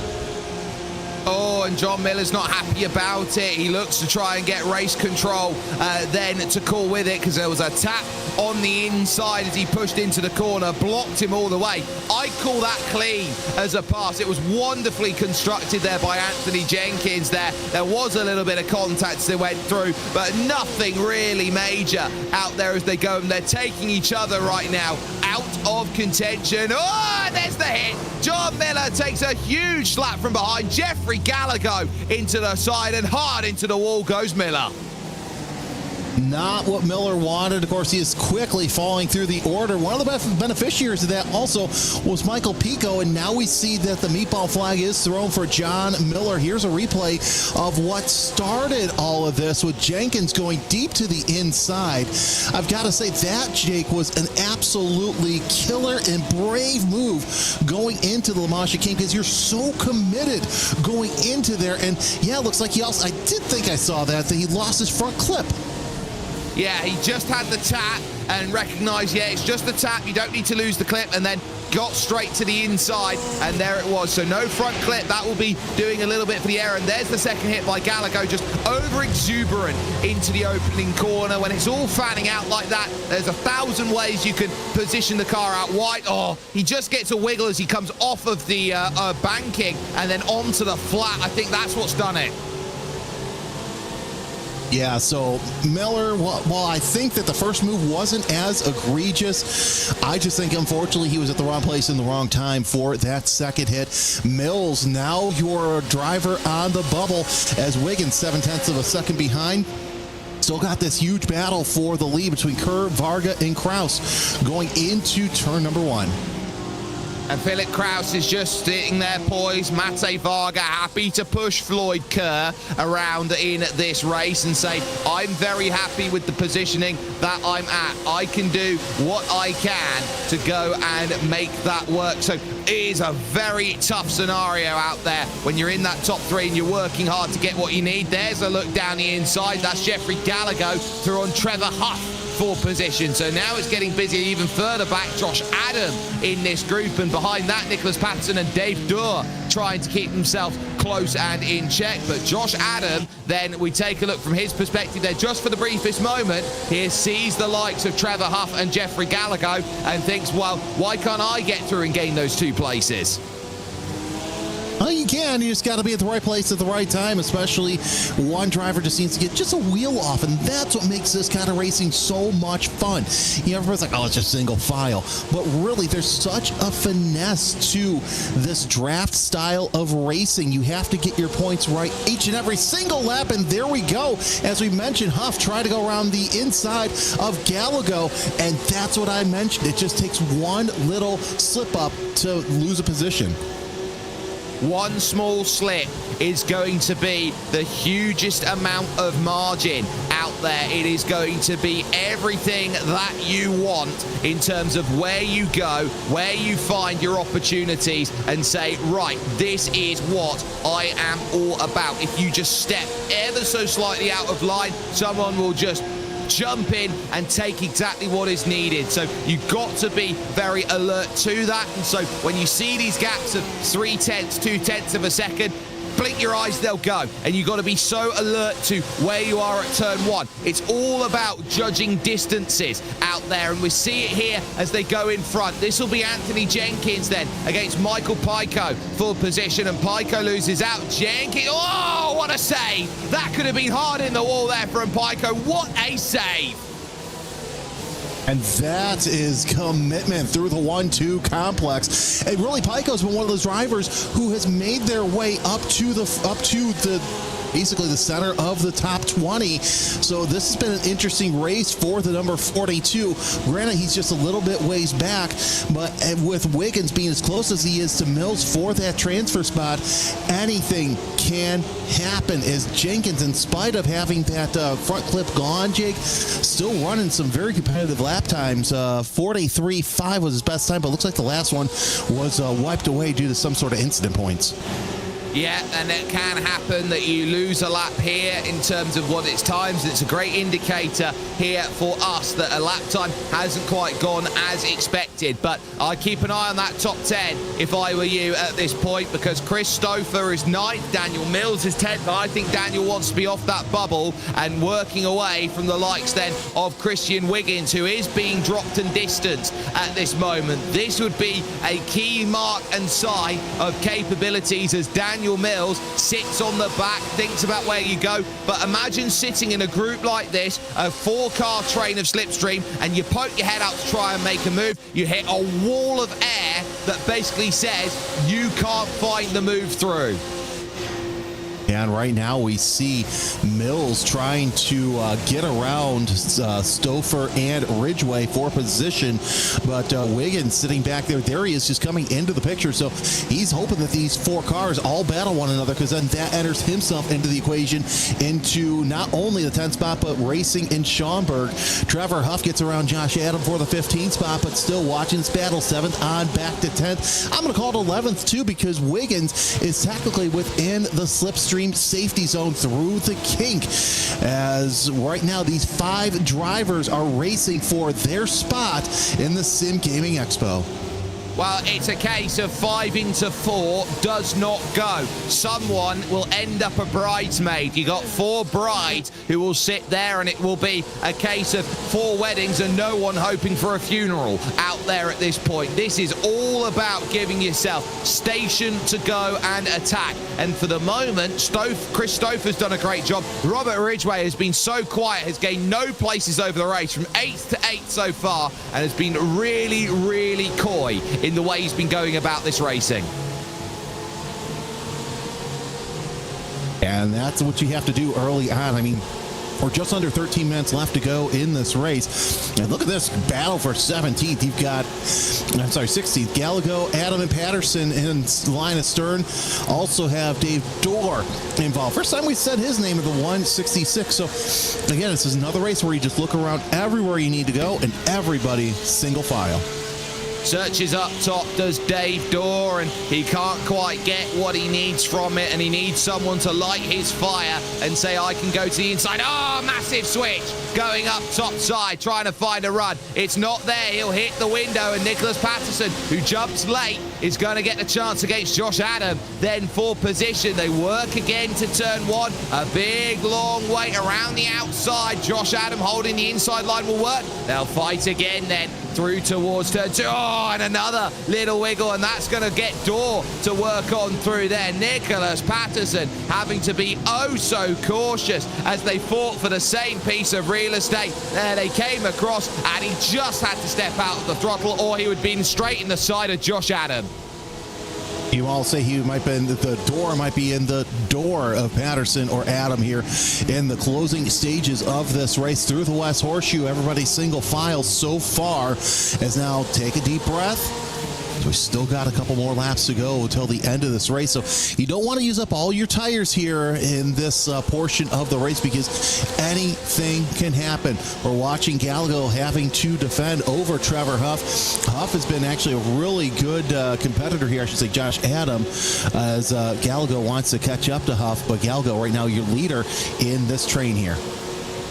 Yeah, so it's actually Trevor Huff who is in the front. It's then Jeffrey Gallego and then Josh Adam, your top 3. So Trevor Huff's done a wonderful job then at the moment in the blue, white and black, and keeping a very nice narrow line there. Jeffrey Gallego has to scrub a lot of speed to get back into the tow, and that might just save going along the front stretch once again. Got a little bit of side-by-side almost in front of that with Jenkins and Pico, so they're continuing on. But everyone's found a little group here. It's a pack of 2, a pack of 3, a pack of 5, and speaking of packs of 5, Chris Stouffer losing the place now. Daniel Mills gives a buffer zone, then moving up into 9th. Wiggins finally in that spot he wants to be. He wants to be the attacker here over Chris Stouffer. Daniel Mills, of course, as we said, in 9th spot, as Stouffer's all over the back of the 595 through the King, making their way into the West Horseshoe, and that's where Wiggins is able to close in. He's able to close in through the horseshoes as Nesbitt falling off like a rock, so something must have happened there going into the International Horseshoe with Nesbitt. Yeah, that's dramatic, and it was just a spin all on his own on the exit of the corner. Tried to drag the power from it on the exit, lit up the rears, and the car just said no. We'll take another look. You can see fighting for power. Car just says no. Yep, can't get on the gas too early because, yeah, like we keep saying, the back end wants to see what the front end's looking at, so you got to be very cautious on those getting on the throttle through the apex, as we're watching Wiggins trying to close in on Stouffer as Patterson goes up one spot around Josh Adam for position, but this is the battle we're watching. Wiggins biding his time ever so slightly, finding a spot where he knows he can pounce on Stouffer and Mills to get into the finals in just a couple of weeks. He wants the last ticket to Schaumburg, and at the moment we are soon hitting the final call, the last orders that will be in play. Has anybody got what it takes to book their ticket? As it goes, the front three fighting for bragging rights honours here. Floyd Kerr, Matej Varga and Philip Kraus all together on track, all looking to prove that they've got what it takes to be the very best. There on the bottom of your screen, we're on board with Christian Wiggins on the top of your screen as we are picture in picture at this moment, working out who is going to win this race and who is going to book their place. 8 minutes left. It's still anybody's race to get to Schaumburg. Wiggins, he's closer than he's been the past couple of laps, but let's see what he does off of turn number 6. It's all about speed going into the oval, and looks like that Stouffer opens up that gap just a little bit, as that right up ahead. You have 7th, 8th, 9th, and 10th all in a line coming off of NASCAR 2. They take the tighter exit, not to gain too much momentum heading into the very tough Le Mans chicane on the backstretch. Yeah, it's a very difficult section to get correct, and watching Christian Wiggins look to challenge it. Look, 4 cars in front of you do exactly the same as you. There's nothing different you can do because you'll lose time otherwise. You've just got to follow in line and hope you've got enough, as 165 miles an hour through the corner illustrates and indicates right now you need to be at top speed. And in fact, because he's not directly behind the likes of Chris Stouffer, for example, Stouffer's picking up a much better tow to Daniel Mills, to Robert Ridgway and to Chris Davis, so it's making life doubly difficult. They start bottling up again and it gets closer. Mills now under threat. Will Stouffer decide, I want 9th place? Searches to the outside. If you look too far wide, you might open the door up here to Christian Wiggins. You've got to be so precise with the way you make attacks in 10. Exactly, because now you got to think about what's behind you. If you're in any other spot, you're not too worried about what's behind you. You just make the move with a bandit, but you really can't if you're in that 10th spot, because Wiggins, he's licking his chops. He wants Stouffer to try and battle Mills because he knows that he could get into that battle as well and make up maybe 1, maybe even 2 spots, especially with so much time that has been run in this race. That's not a good run from Chris Stouffer coming out of turn 6. This opens up Christian Wiggins with a great opportunity now, and if they fall off the back, which might actually be in the interest here of Christian Wiggins, this will be a way to go for the transfer spot. The last ticket in town on the brakes to the inside of the Le Mans chicane, sweeps around the outside. Christian Wiggins takes it away. Wiggins says, thank you very much. Let's go after... Oh, so that is actually a big change as well, a slowdown penalty. So now Stouffer may have lost his chance to confirm his chance at the Schaumburg, but still, he's eligible for a backup position at least. He was so scared of making contact through the outside there, Jeremy, that Christopher was so narrow into the first part of the chicane. That's what caused him to go over the road. A slowdown penalty. He's kept somewhat within range of Christian Wiggins, but now he's got work to do. Anthony Jenkins then and Michael Pico continue their scrap with 5 minutes remaining. And this is a battle I've been watching as Pico has gained so many positions off the start. And Jenkins and Pico going nose to tail through the International Horseshoe. They've been going toe-to-toe as well each and every lap. Gallagher and Patterson also going toe-to-toe in that 14th spot. But we're on board with Michael Pico as, yeah, you see how he is. And what's interesting is some drivers, they use regular over-the-ear headsets. And this is the first time in a long time I've seen a lot of drivers use in-ear monitors. Personally, I like the in-ear monitors as Jeffrey Gallagher has been black flagged. We'll talk about that in a second, but I like the in-ear monitors because you don't have anything over your ears heating them. That is 17 instant points for Jeffrey Gallagher in this race. That will be a drive-through penalty that has to be served. And is it any wonder when you got these 6 together? Yeah, that's the first time we've seen 17X be logged here. And, of course, so late in the race, it's just a shame that Gallagher is going to lose so many positions. But in this battle, there's a lot of fast drivers as they go snake their way through the back straightaway into the Le Mans chicane. But, yeah, 17X, it's easy to do in a draft like this. It is to do, and it's every single piece of contact. If you're slightly too heavy into a corner and you get contact then between one driver and another, that's 4 instant points that you pick up. So it can very quickly fall awry the way that you do not want to. And now you start seeing here, where do you go? Drops down off the apron, has to serve the penalty within 4 laps and does so. And now leads the opportunity then to go and make that pass. Nicholas Patterson on the outside, and down to the inside is Josh Adam, who will take that position away and struggling a little bit to get himself stable as he goes through that section. So that is very tough to go and deal with out there. That's the reason why we got certain types of flags out there now new to iRacing. But at least for the moment, it sets up your leading 3 out there with 2:50 to go. Kerr, Varga and Kraus. Who to take the bragging rights of victory? See what happens here is, yeah, just a handful of laps left in this third and final qualifier as we're just moments away to find out who's going to punch their ticket into Schaumburg as this battle for the middle part of the top 20 looking nice and racy. We watch Nicholas Patterson trying to hold off Nesbitt, but also get around Trevor Huff. Yeah, so that's going on then well outside of the top 10 as it goes. Christopher still desperate to try and get to Christian Wiggins. And look at them fan here towards turn 1. Kraus to the outside. A big look through the middle of the corner from Mate Varga. Floyd Kerr doing the right thing, just covering the inside best that you can. Looks to the outside again, moving into the International Horseshoe. And once more, Mate Varga is the one who just has to sit, just has to watch in that second position. We've seen it once not work and once work. Now, will it be philosophy that works better to be in front or better to be behind? That is the question that needs asking.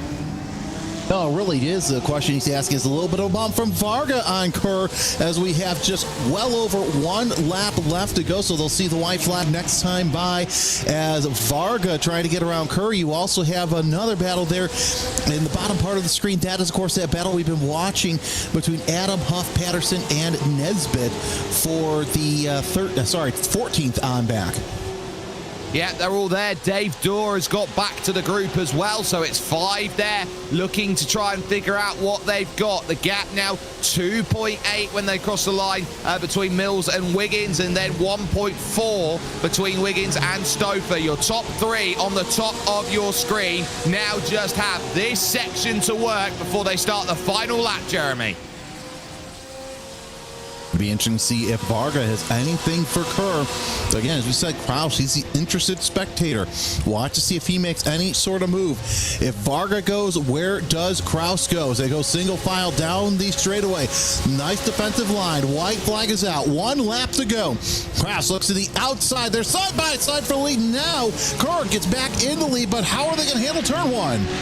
Well, that was a fantastic element of pinching there from Philip Kraus. He forced Mate Varga into the bump draft, so he couldn't make the move at turn 1. So that sticks Floyd Kerr at the front into the International Horseshoe, and the last chance saloon opens up. Who wants bragging rights going to Schaumburg between these three? Floyd Kerr, who has led the majority of these laps at the front, Mate Varga, who started on pole, and Philip Kraus from 5th, looking to move up in towards 3rd position. That's where you're starting to get a sense of what they've got. 12 seconds over Avery Hart, and now as they enter the oval for the final time, a black flag late for Anthony Jenkins, now for 17 incident points. Disastrous there, now onto the back. Mate Varga pushes immediately then, and a little gap given now by Philip Kraus, who's trying to time the run to perfection. Floyd Kerr, who has led so much of this race, now doesn't want to be pushed to the wrong position. A search to the outside.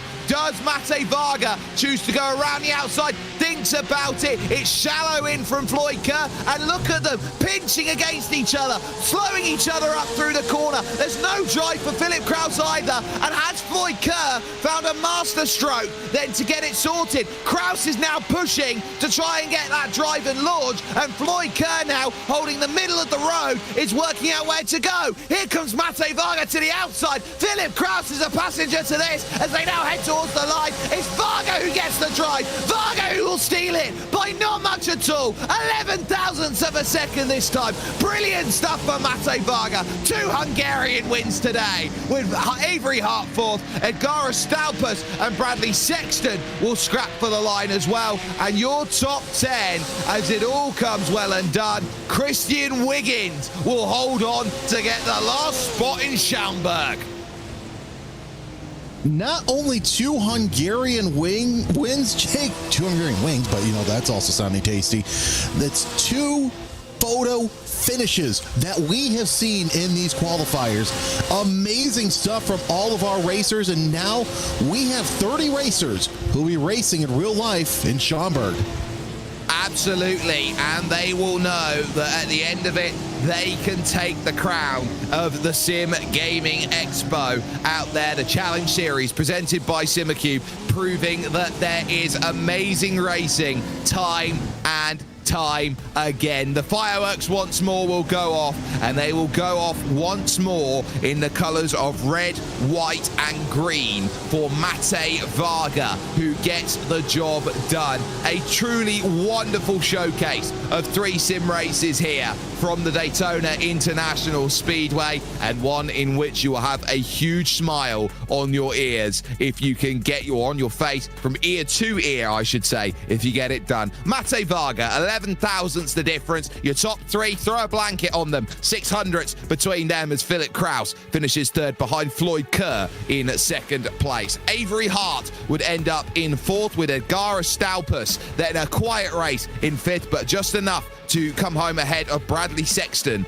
in 6th position. You've then got Chris Davis, who is 7th, ahead of a quiet Robert Ridgway in 8th, as Daniel Mills will finish 9th ahead of Christian Wiggins, who would round out your top 10. It would then be Chris Stouffer, who will be on the outside looking in. That slowdown penalty really hurting then the chances for Chris, as Michael Pico would be 12th ahead of Anthony Jenkins, who will actually drop and take a 40-second time penalty for an unserved run to the end. So he will actually be demoted down to 22nd by the iRacing system. So Josh Adams will be elevated up, with Nicholas Patterson, Trevor Huff, Corey Nesbitt, Dave Dorr, Jim Herrick, and Eric Nixon then, who will move up to 19th. Jeffrey Gallagher will be classified as 20th, with Nick De La Rosa, who will move up to 21st. JR Robinson will keep 23rd as the last finisher on the lead lap, with Andre Bunda then 4 laps down, and John Miller III, a retiree, 10 laps from the end. But a truly wonderful showcase of great racing here, Jeremy. And the best part is, this is only the midway point in terms of where they get to. We've got 30 drivers. Now we're going to do it all again, and we're going to do it live. Oh, I can't wait to do it live. It's going to be absolutely fantastic live in person. And hey, I've been watching the message boards and all the live chats. When you show up to the expo, you don't have the chat. You can actually be part of the energy that these racers are exuding here for this race. And I'll tell you what, 3 races. I can't wait to be there here in a couple of weeks, because I think we're going to be in for some epic racing.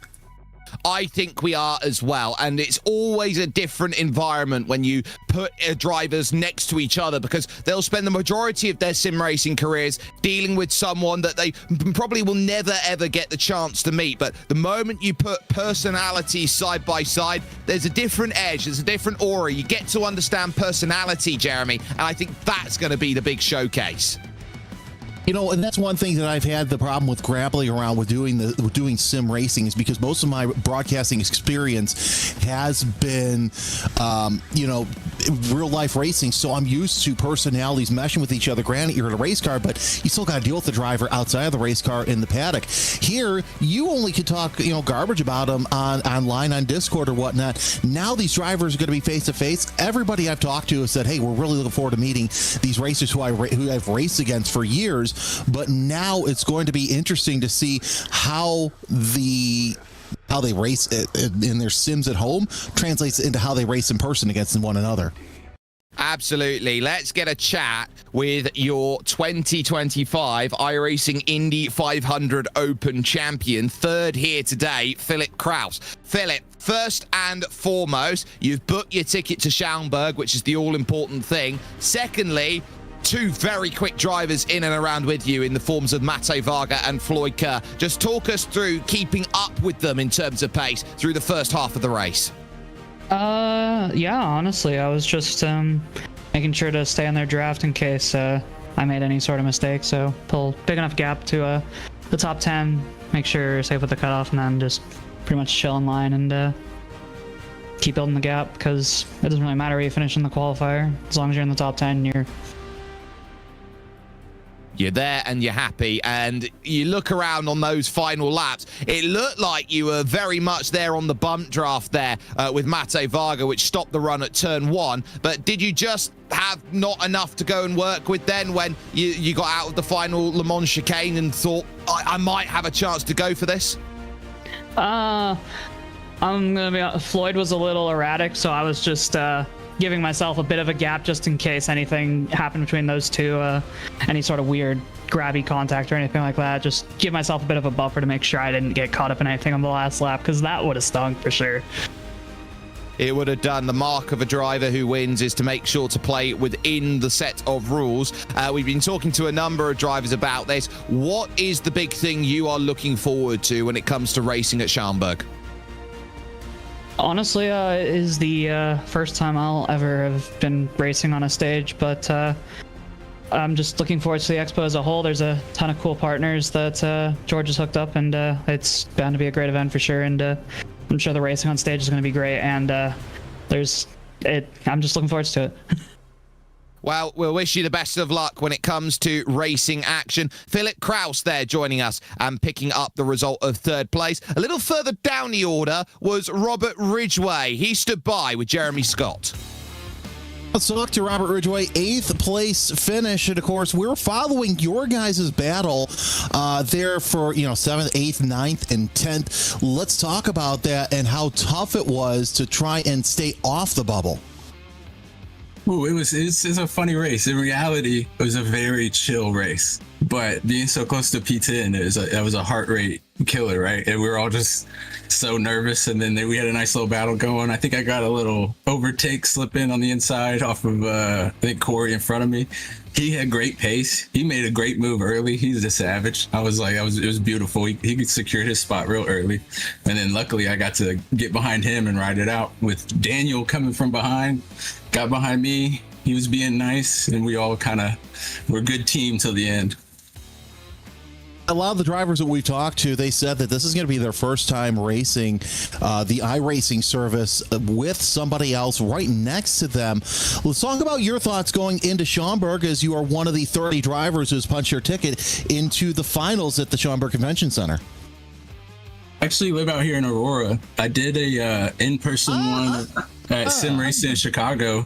It had Matt Busa and a couple other guys in it. And so that was my first and only like in-person event. It was really cool. I loved it, except all the gear was different on it, you know, so it was a little uncomfortable. But other than that, you just adapt and send it.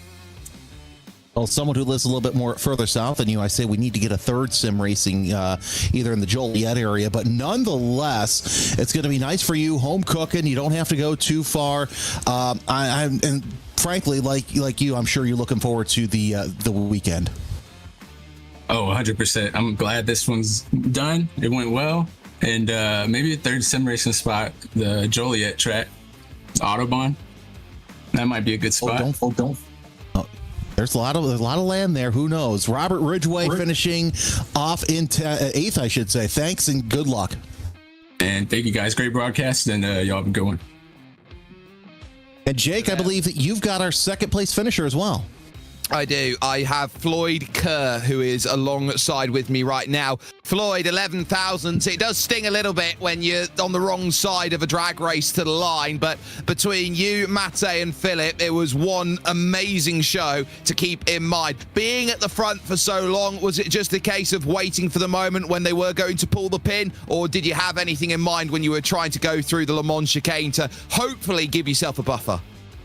Yeah, it's always a fun challenge at the end of Daytona like that, because you have those first, 13, 15 laps, and whether you're first or second really doesn't matter. It's the gaps and the consistency.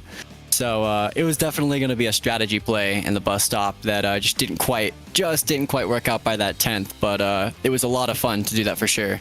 And what I've changed, what I did in strategy wise, maybe a little here and there, but for the most part, it's waiting till that last lap to make a move for first, second, or third. That's going to make the difference. In terms of talking to this from a team standpoint, I count 6 Hyperion cars that will be running then when it comes to Schaumburg. How critical is it to have a fifth of the entire field basically working under the same umbrella? It's pretty important. It's a lot of fun. I mean, I'm so excited that we all get to go in this together and we get to work and practice together, and then, all see each other in Schaumburg. That's going to be a blast. It certainly will. And in terms of getting together with the team at Schaumburg, looking to try and put this result together, what do you think is going to be the difference maker when it comes to the 2 semi-finals and the final to give yourself the best opportunity of winning overall? I think it's going to be once further information is released about the next rounds, it's going to be practice, seat time, and at the event it's going to be adapting to another simulator, another rig that many people may be familiar with and others not. So I think it's adaptation and seat time that's going to make the difference. Well, in terms of that, we'll wish you the best of luck in terms of getting that together. Floyd Kerr joining us and picking up a second position overall here today and booking the final few tickets then into Schaumburg. Jeremy, your final thoughts then as we bring the curtains down here from the Daytona International Speedway as we get ourselves set and ready for racing action when Sim Gaming Expo comes to town. I cannot wait for the expo. We had 3 great races, and of course it's all going to go down in Schaumburg. Make sure you go buy your tickets because I'm excited. I can't wait to help bring the action. It's going to be a fantastic race for those who are going to be in attendance, and really we saw some of the best out there try and punch their ticket to the first ever Sim Gaming Expo in North America. So if you want to come, you're on the fence, I don't know what's stopping you, because these 3 races alone were some of the best races we've seen, and there's so much to do. They absolutely are. You can get ready for the ultimate simulation gaming experience. The Sim Gaming Expo is bringing all genres of simulation and gaming technology under one roof. You could join them September 5th to September 7th in Chicagoland at the Schaumburg Convention Center to try out the latest gear from the biggest brands in the industry. You can meet your favorite streamers. You can celebrate your passion for simulation with our incredible community. Don't miss out and get your tickets now at simgamingexpo.com and be a part of simulation gaming history. If you use code Simucube, you will get 10% off as you go and get your tickets. With a massive thanks to Simucube as the primary sponsor of the Sim Gaming Expo Challenge Series, presented, of course, by Simucube, as well as with GSI, SimLab, Hoisingveld, Alexander PCs, Corsair for Business, Marconi Setup Shop, iRacing, Tyler Manning Design, Neon Zim Overtake, and Speed Reels, who have been all together to bring you this wonderful sim racing event. So there is so much to do and so much to get ready, but in terms of from the team here, this has been a RaceSpot Media House GmbH production from the HQ at Cologne in Germany. Your track cameras have been brought to you by Dougie Beard. The graphics by Aptioneering ATVO, which is Nick Thyssen, Simon Grossman, and as well as that, Kevin Nilotola. You've got the 3D graphics here earlier on, which was brought together by Randolph Cheneth, and production and TD has been put together by Hugo Louise. From Jeremy Scott and myself, Jake Sperry, Sim Gaming Expo is going to be an absolute treat on September 5th and September 7th. Book your tickets to go and get in with some of the most amazing action, but you got 30 fantastic sim racers who look to prove now that they have one thing in mind: victory above all else. Who will stand the test of time and pick up victory when the Sim Gaming Expo Challenge Series, presented by Simucube, jumps into full effect?